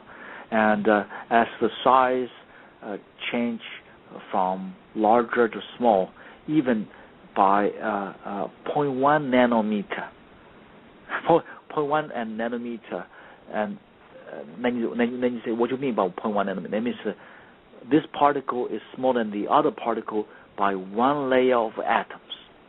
Wow. So as that layer comes off, then the other color would change. Exactly. They call quantum mechanical phenomena for this, called quantum dots. I know we've had, Michael shared with me, because he has a lot of individuals contact him through the radio station and the chat boards, like even what has happened in the Gulf, after the spill and that, with whatever remediation is being done, that now they see fluorescent dolphins. And I'm thinking, after listening to each one of us sharing the knowledge through the questions that are directed to us, that possibly maybe some type of quantum dot was used in, I'm going to say, remediation or anything in the Gulf to monitor possibly any disease patterns of the life, the ocean life, the sea life, rather. The marine life, that's what I'm trying to say. Could be, yeah. Could be, I don't know. Well, we have pictures of these blue waves. We have man-o-war, jellyfish. Recently, within the past 24 hours, but for almost 2 years now, landing on a beach with phosphorescent blue color in them, and it gets bluer as they're dead and are on the beach longer. It gets even bluer, which is very weird. And we're just trying to find out answers. We also have some red, and and people are having these things, as you know, Dr. Staninger, you know this because I've sent you a couple of private pictures where we've got these nanofibers that in preliminary testing have been identified on people's skin and kind of almost growing out of it. That's my interpretation. Almost growing out of these rashes on their skin.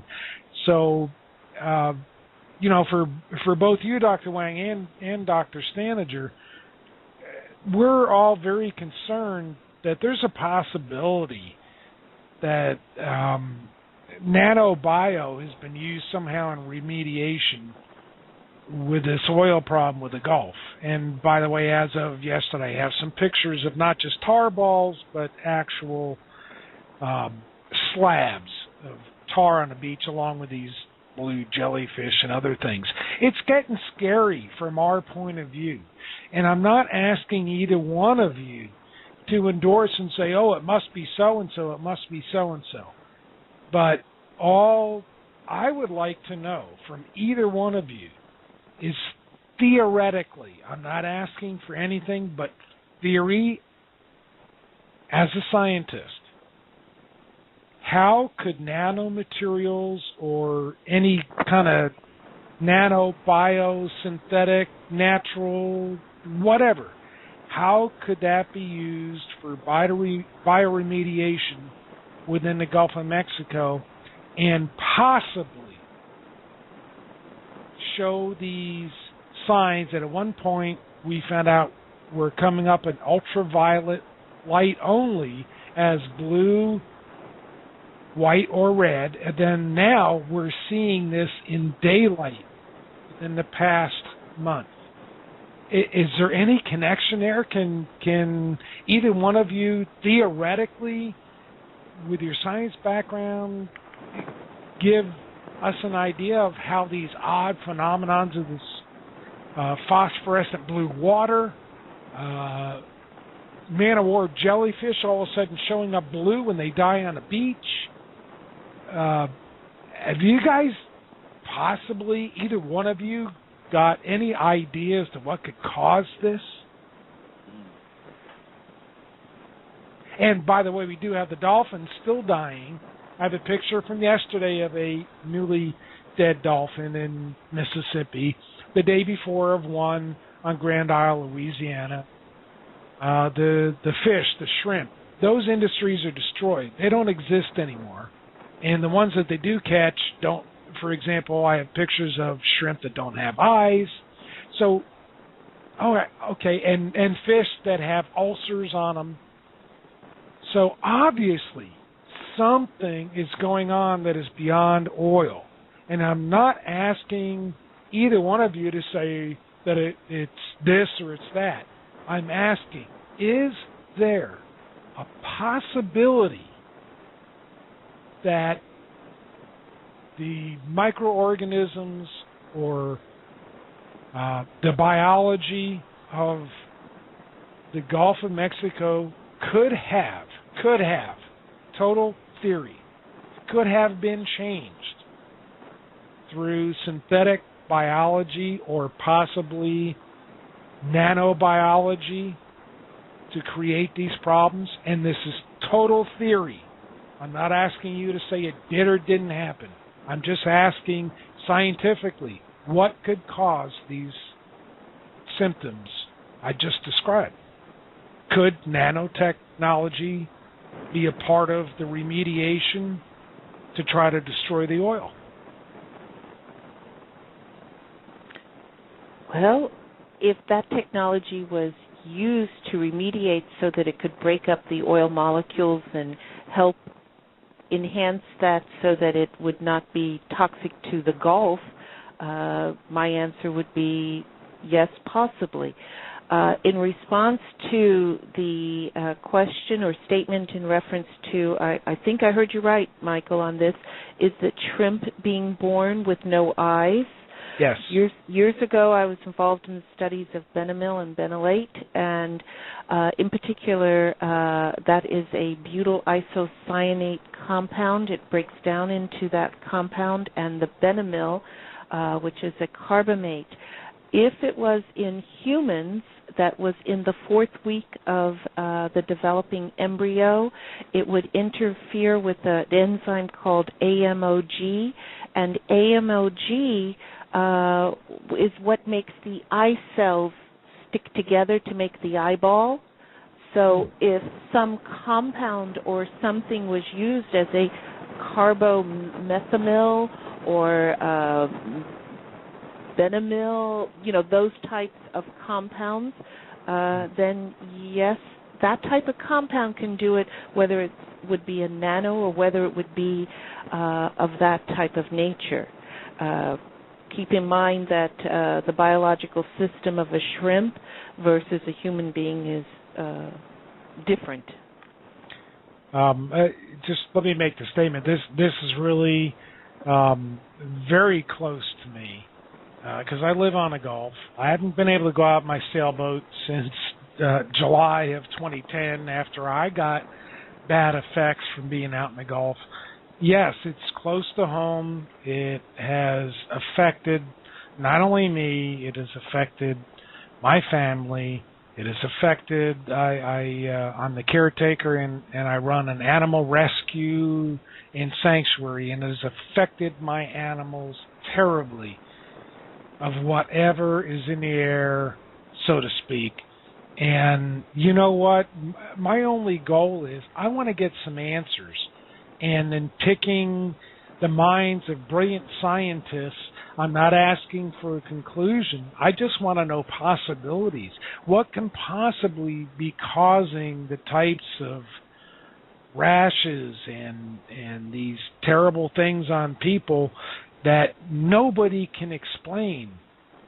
And I guess my big question is, could this be an alteration of biology to the point of nanobiology for the purpose of eliminating a toxin or many toxins, which is what is in crude oil? Could those types of bio-nano materials as surfactants in remediation be used, of which I think both of you have told me, yes, that's possible. And the other big question was, of which you both answered and said we don't know the answer to, how could that affect us? And what I'm trying to do is put the two together because nobody can explain what's going on with the people in the Gulf. And again, it hits home. It's a personal thing for me, and I surely don't want either one of you to be on the spot to say it's this or that. I'm asking theoretical, hypothetical questions simply because we don't know, but somebody does. I appreciate both of you because of being so honest and talk about your research and talk about the findings that you've had. Let me just hit both of you with this. We're over time, and this is still being recorded. We're going to use this on a video. If, and again, this is theoretical, hypothetical, I am not asking for a conclusion. I'm asking if certain bio-nanomaterials were used as toxic remediation being sprayed or injected into the Gulf, would you see as a possibility such things as unexplained, non-natural fibrous rashes on skin, loss of oxygen in both human and mammals such as porpoises and whales with spontaneous abortions, and phosphorus blue and red in the foam that's coming on our beaches today? I can take a guess. And, that's all I want. It's just a guess, Dr. Wang. I'm not trying to pin you down. Yeah. You're a scientist. I want your opinion. Yeah. From my knowledge about all the nanomaterial I know, the research in the field, I don't believe there's such a nanomaterial that can cause such a big major damage to the biological system, or even so there's a material available and someone can spray around to cause such a problem. So my guess is that should not be because of nanomaterials spill or spray around to give this environmental damage. Could nanomaterials being used possibly, just a possibility, in some way affect the biology where they could cause these biological type problems such as spontaneous abortion with obviously no oxygen? Could the nanomaterials amplify the natural biology? Is that scientifically possible? I would say that based on my knowledge, I think it's unlikely because the people study the materials to very different angles and to depth, and all the materials we know today that they are very biocompatible and environmental friendly. Some materials that have toxic, people already know that. So I think there's from my knowledge, I don't believe that will happen, but this is my guess, and it should not happen. But as we progress, more funding invested into the field, we'll learn more about that. That's why the nano attract a lot of attention. People apply it in many different positive ways. Even it has some negative side of people worry about that, but should not be a major factor or any kind of viable factor. We should worry about that, but we should take it cautiously. Well, Dr. Wang, you're a very ethical scientist like Dr. Hilde is, and I know that my asking you these kind of questions, I didn't expect any different answer than what you just said, because you don't view anything in nanotechnology in the wrong way. You view it always as positive, as how can it better us. And I appreciate you and your ethics because of what you're doing. The same for you, Dr. Hilde. But there are those out there who don't have your ethics. And I want to add that with that major spill that occurred in the Gulf, as with many type of vapors that will come off from that and travel through the winds, and get into the food chain. Just that type of crude oil, and that can cause spontaneous abortions, at least from my work, in toxicology, and I used to pioneer reproductive hazards in the workplace years ago in aerospace. It can do that. In response to the aspect of enhancement with nano, time will tell us what will happen or not happen, and also with the use of what microorganisms were used. There is a beautiful paper that was written, Meet the Microbes Eating the Gulf Oil Spill, which is done as a slideshow. I will send it to each of y'all. It was August 18th, 2010, from Scientific American, which actually shows, them eating, etc. Now, I do not know if they used in this article artificial biology versus other life forms, but I do know that they did use a blend of bacteria and fungi and other life forms to consume the hydrocarbons, and with any type of life form, whether it's, I'm going to say synthetic versus, I'm just using it in normal biology, normal microbiology, those types of materials can generate and, eat up hydrocarbons, but they also can create a biofilm because they're going to survive no matter what, and that toxicity can be a whole other matter, in that biofilm that is created. And whatever swims through it, is a whole different problem. And we've seen that with mycotoxins and endotoxins and exotoxins generated that way. Biofilms are something that exists, especially for some reason in the Gulf with all this, whether it's remediation or whatever, and gram-negative biofilms, which are very difficult for. Let's put it this way: antibiotics won't help you.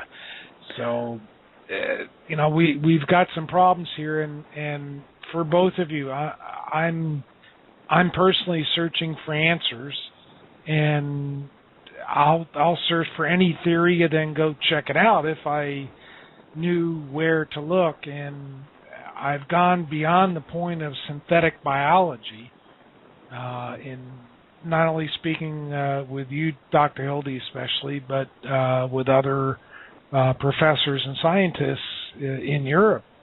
And they're all pretty much saying this is uncharted territory because apparently we're in a nanoscale with this, and you have to have the right equipment to be able to see what's going on.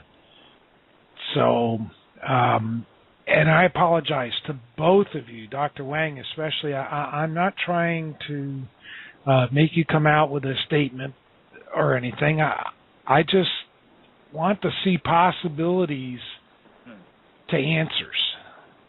Right, that's right. I work beyond Angel. Yeah. And I think all of us here on the show like answers and because we want to protect our family, want to protect our life, and that. I mean, I've seen hazards just being on the first line of a house, the first house out of 100 houses when they were putting too much chlorine in the water treatment plant for the public water system. And spontaneous abortions occurring in subdivisions in the Palm Beach area. That, it does happen. It's not right, but the more knowledge we get and the more safety and health and toxicity, and working with engineers and scientists such as Dr. Wang, we'll get the correct remediation and the correct health and safety done. There we go. If we get us on the board. But it's come a long way. It's come a long way from me just seeing them in people, that way. Well, Dr. Wang, I want to personally thank you for allowing me to ask you questions, because as far as I'm concerned, you are one of those very few scientists, especially dealing with cutting-edge science and nanotechnology, where your ethics are good and you have a desire to do good. And I wish there were more scientists like you. Thank you. I do it from my heart, and I want to hopefully one day we can benefit in many positive ways to the society, to the humankind. Then my life will be worth it. Yes, yes, absolutely. And you've been in it from the beginning with your dissertation and everything in it. So I appreciate that. I'm looking at going to apply to one of those certificate programs so I can be efficient. You know. So well, I just want to say great. to both of you, thank you for letting me be a guest as well. Even though this is on my network, but I highly appreciate both of you, Dr. Hildy and Dr. Wang. This is the kind of show that I live for because it's very personal and it touches me personally. So thank you very much to both of you for your honesty and your ethics and your morals and for answering questions that apparently nobody else wants to answer.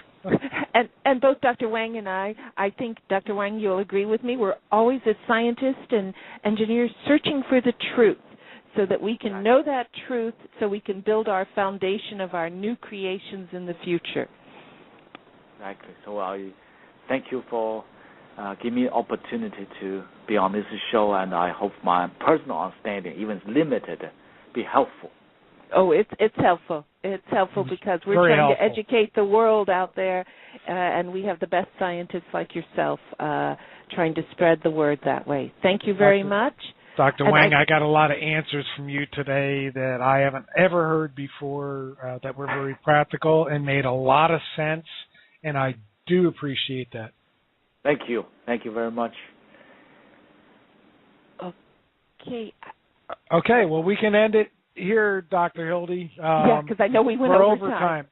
Okay. So I'll say goodbye to all of y'all. I'm going to send that article to y'all. Okay? Thank you. Okay, great. Okay, bye-bye. Thank you right. both. Take care. Okay. Inform, enlighten, alive and amplify. This is the Living Light Network. Right. What other? Just like these are the building blocks, audience. Well, that article was really good in the sense that, for a layperson who isn't studying microbiology or nanotechnology or such, it laid out the simple steps of what's involved with nanotechnology for the rest of us who aren't doing a college course 101 in nanotechnology. Right, and a lot of this goes into their intellectual property, how to maintain the creation, and the life of the creation, not only in its intellectual property, example audience, like its copyrights, its patents, etc., or method patents on how to make it, because some of these materials may not be, if they're in plants or that may not be patentable, but they may be patentable as a method on how to make it. The thing is that the convergence within this whole field of nanotechnology has, it's phenomenal now, meaning, honestly, you really need, I think there's a very time, and I know our company is going to be involved in that, of creating sensors to identify what is real, what is not, and does it have any of the nanomaterials in it. Well, you're saying it's phenomenal, and you're a scientist, Dr. Hildy, and you've been looking into this, and you just came out, which you had on one of your recent shows about the nanotechnology brain chip, as you called it, that came out of this client of yours, and you say it's phenomenal. Imagine what we feel like, where we don't even know what nano means. Okay, the average person, we don't know what is this nanotechnology. The layperson, the average person out there is just now catching up with the term microbiology. Right. So, And the whole thing is when even Dr. Ho, we've talked in the past about hazardous materials, even on your show, when you had us as a guest for the Barefoot Radiation Guide. mm-hmm. The thing is that I'm going to say regular chemicals, traditional chemicals that are not smart. When you add the nanomaterials, it makes the chemical smart. It can do a function. It can make a certain shape. It can react differently or not react differently. Even when we had Dr. Wang on in his first show, which was on nanotechnology, nano building blocks, well, we learned that gold does not look yellow. It is red. You know, what I'm saying is its physical characteristics may not be the same due to, as he said, a nanomaterial is really 50 atoms. And in that, if you get larger, the difference between a nanowire versus a nanorod is its dimensional size at the diameter. Isn't, and I'm trying to do this by memory, so excuse me if I'm wrong, isn't nano, the term itself, nano, doesn't it mean 1/1000th of a meter? Right, something like that?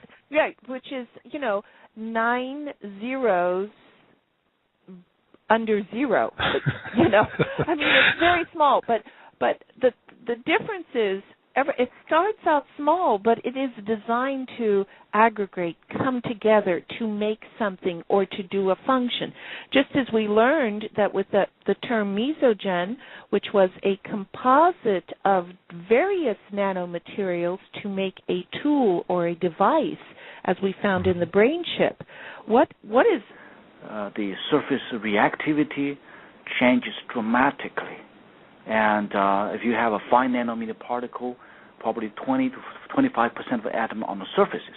In such a case, the chemical behavior and solubility can be largely different because surface energy is different. Yes, so then it would be based on the surface energy or its tension of, just as we've seen how a mosquito or different, like a water flea or different aphids can land on a drop of water or on the water and just stay due to the surface tension on top of the water versus sinking into the water. We started this a few years ago. If you have a water spider, why they think this thing ski on the surface is so fast, right, compared to size. Mm-hmm. We started, what was the structure of the foot?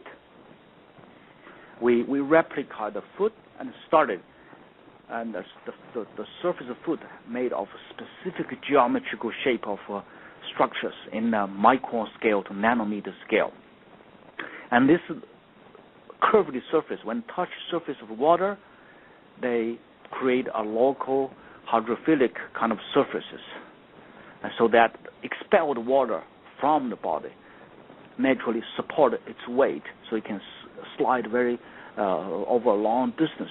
And if you make this into larger pieces, flat surfaces, that probably disappears. So this is an area we started a few years ago called bio-inspired structures.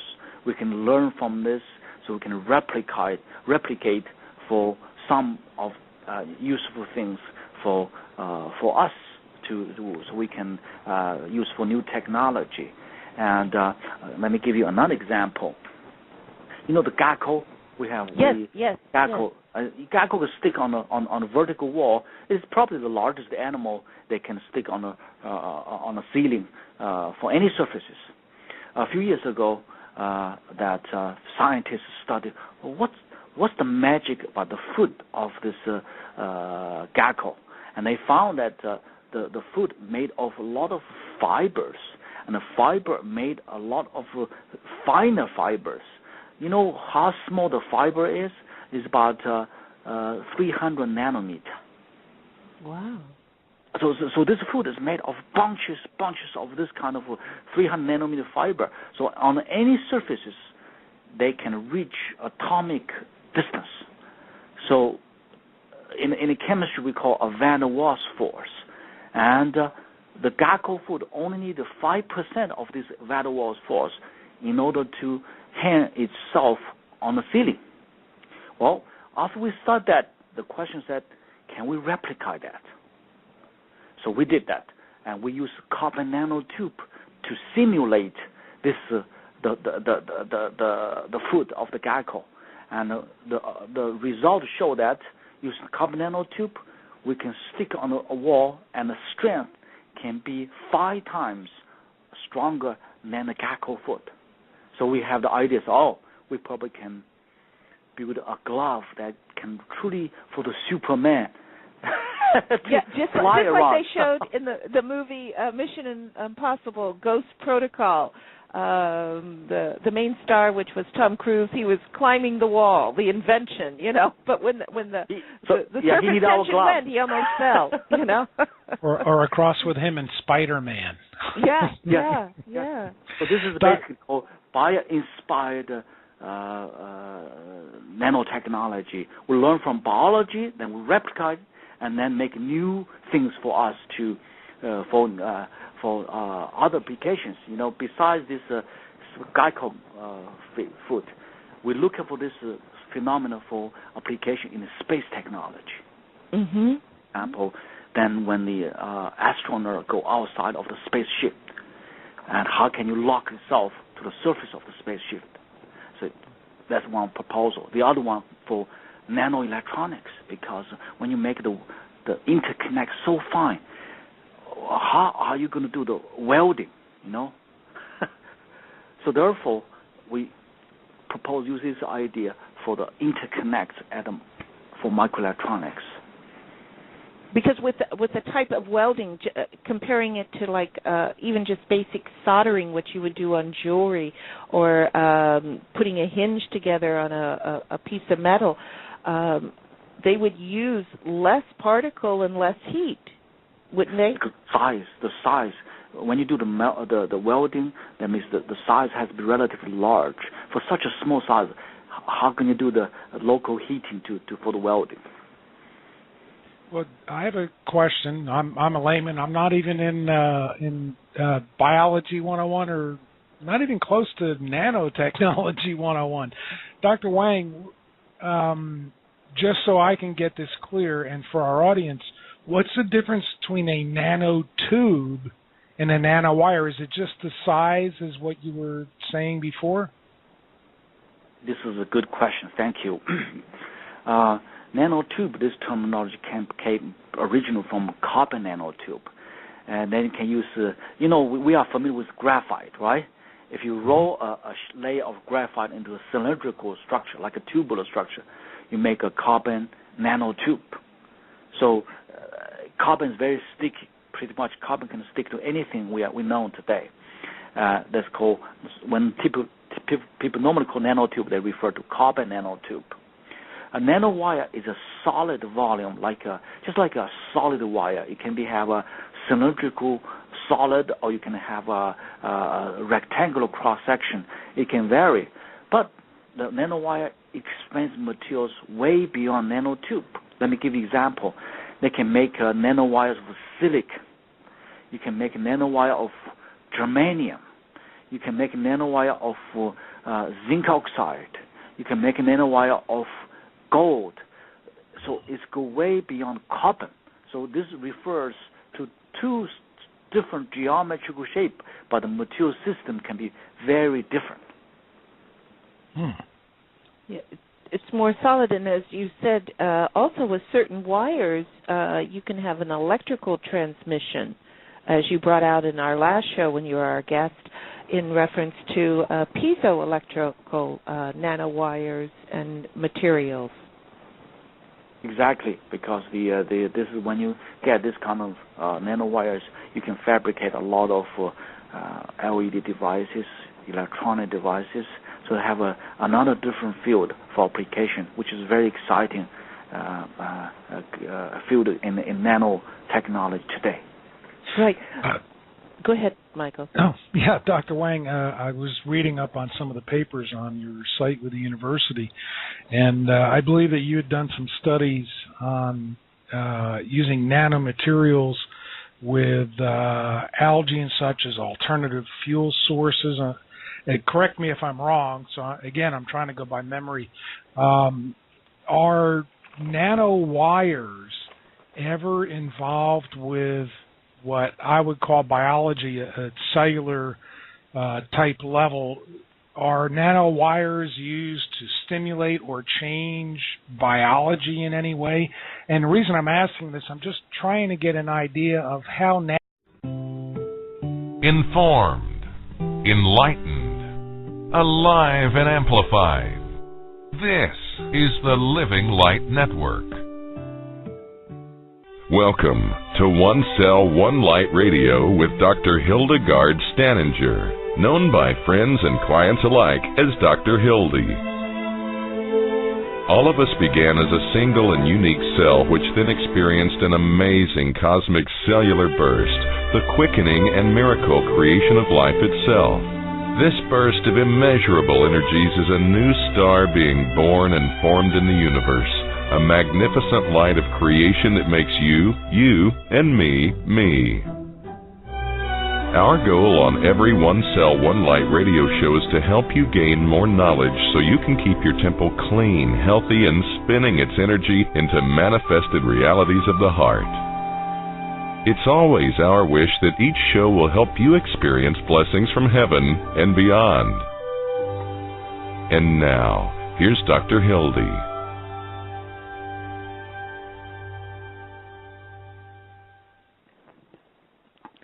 Audience, I want to welcome you to our show, which is going to be on nanotechnology for environmental remediation. We have asked Dr. Zhong Wang to join us. He is finishing up his lectures with his classes at Georgia Institute of Technology, and will join us approximately a quarter into after the hour. And I have my other guest, Mr.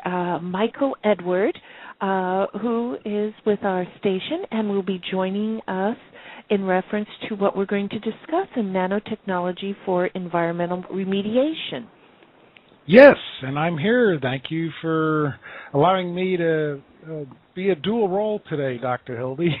I appreciate it. I appreciate you coming on for the whole show because, audience, we're going to cover nanotechnology in basically 5 different groups and how it's used in environmental remediation. I keep wanting to say radiation, but it's remediation. In other words, how you clean it up. We're going to be looking at nanotechnology for energy, the environment, monitoring, etc., food safety, and electronics. But in particular, just before the show, Michael and I were discussing, I always love these simple little books as well as hard technical books. And if you ever get the book by Linda Williams and Dr. Wade Adams, there's a book called Nanotechnology Demystified, Self-Teaching Guide. It is part of Nanotechnology 101 when you're going through your degree in nanotechnology. And in particular, which I did not realize, that there's 3 data groups. It's called ICON, I-C-O-N, and it's the Nanomaterials Database. And it's the combining of nanotechnology, industry's resources, along with governments and academia, called ICON.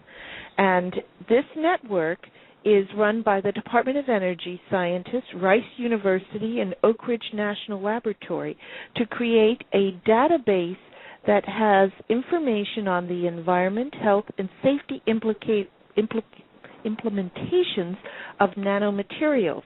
And nanomaterials, just to review as we're waiting for Dr. Wang, can be composites, as in glues, particles, wires, sensors, as even being biosensors. When they say a biosensor, that means it integrates into a living system, whether it's a plant or an animal or a human. Help me out, Michael. Do you remember any more? The dyes, which are the quantum dot. What is unique is chemicals that normally are only oil soluble or different solvent soluble versus water soluble. When they're in the nano ranges, they can even be more water soluble. And these are called derivations. In other words, they change their characteristics, but they are similar in chemical compound structure. Meaning we've seen with my work, and I know you've been editing it for IA, to come out as a manual or the revised criteria document of the modified food starch, which we know food starch, whether it's potatoes, yeast, whatever the starch is, cornstarch, any of this, it is mixed with waterborne polyurethane, which is styrene. Styrene makes plastic, styrofoam cups. At the same time, when you can usually it normally doesn't mix with water.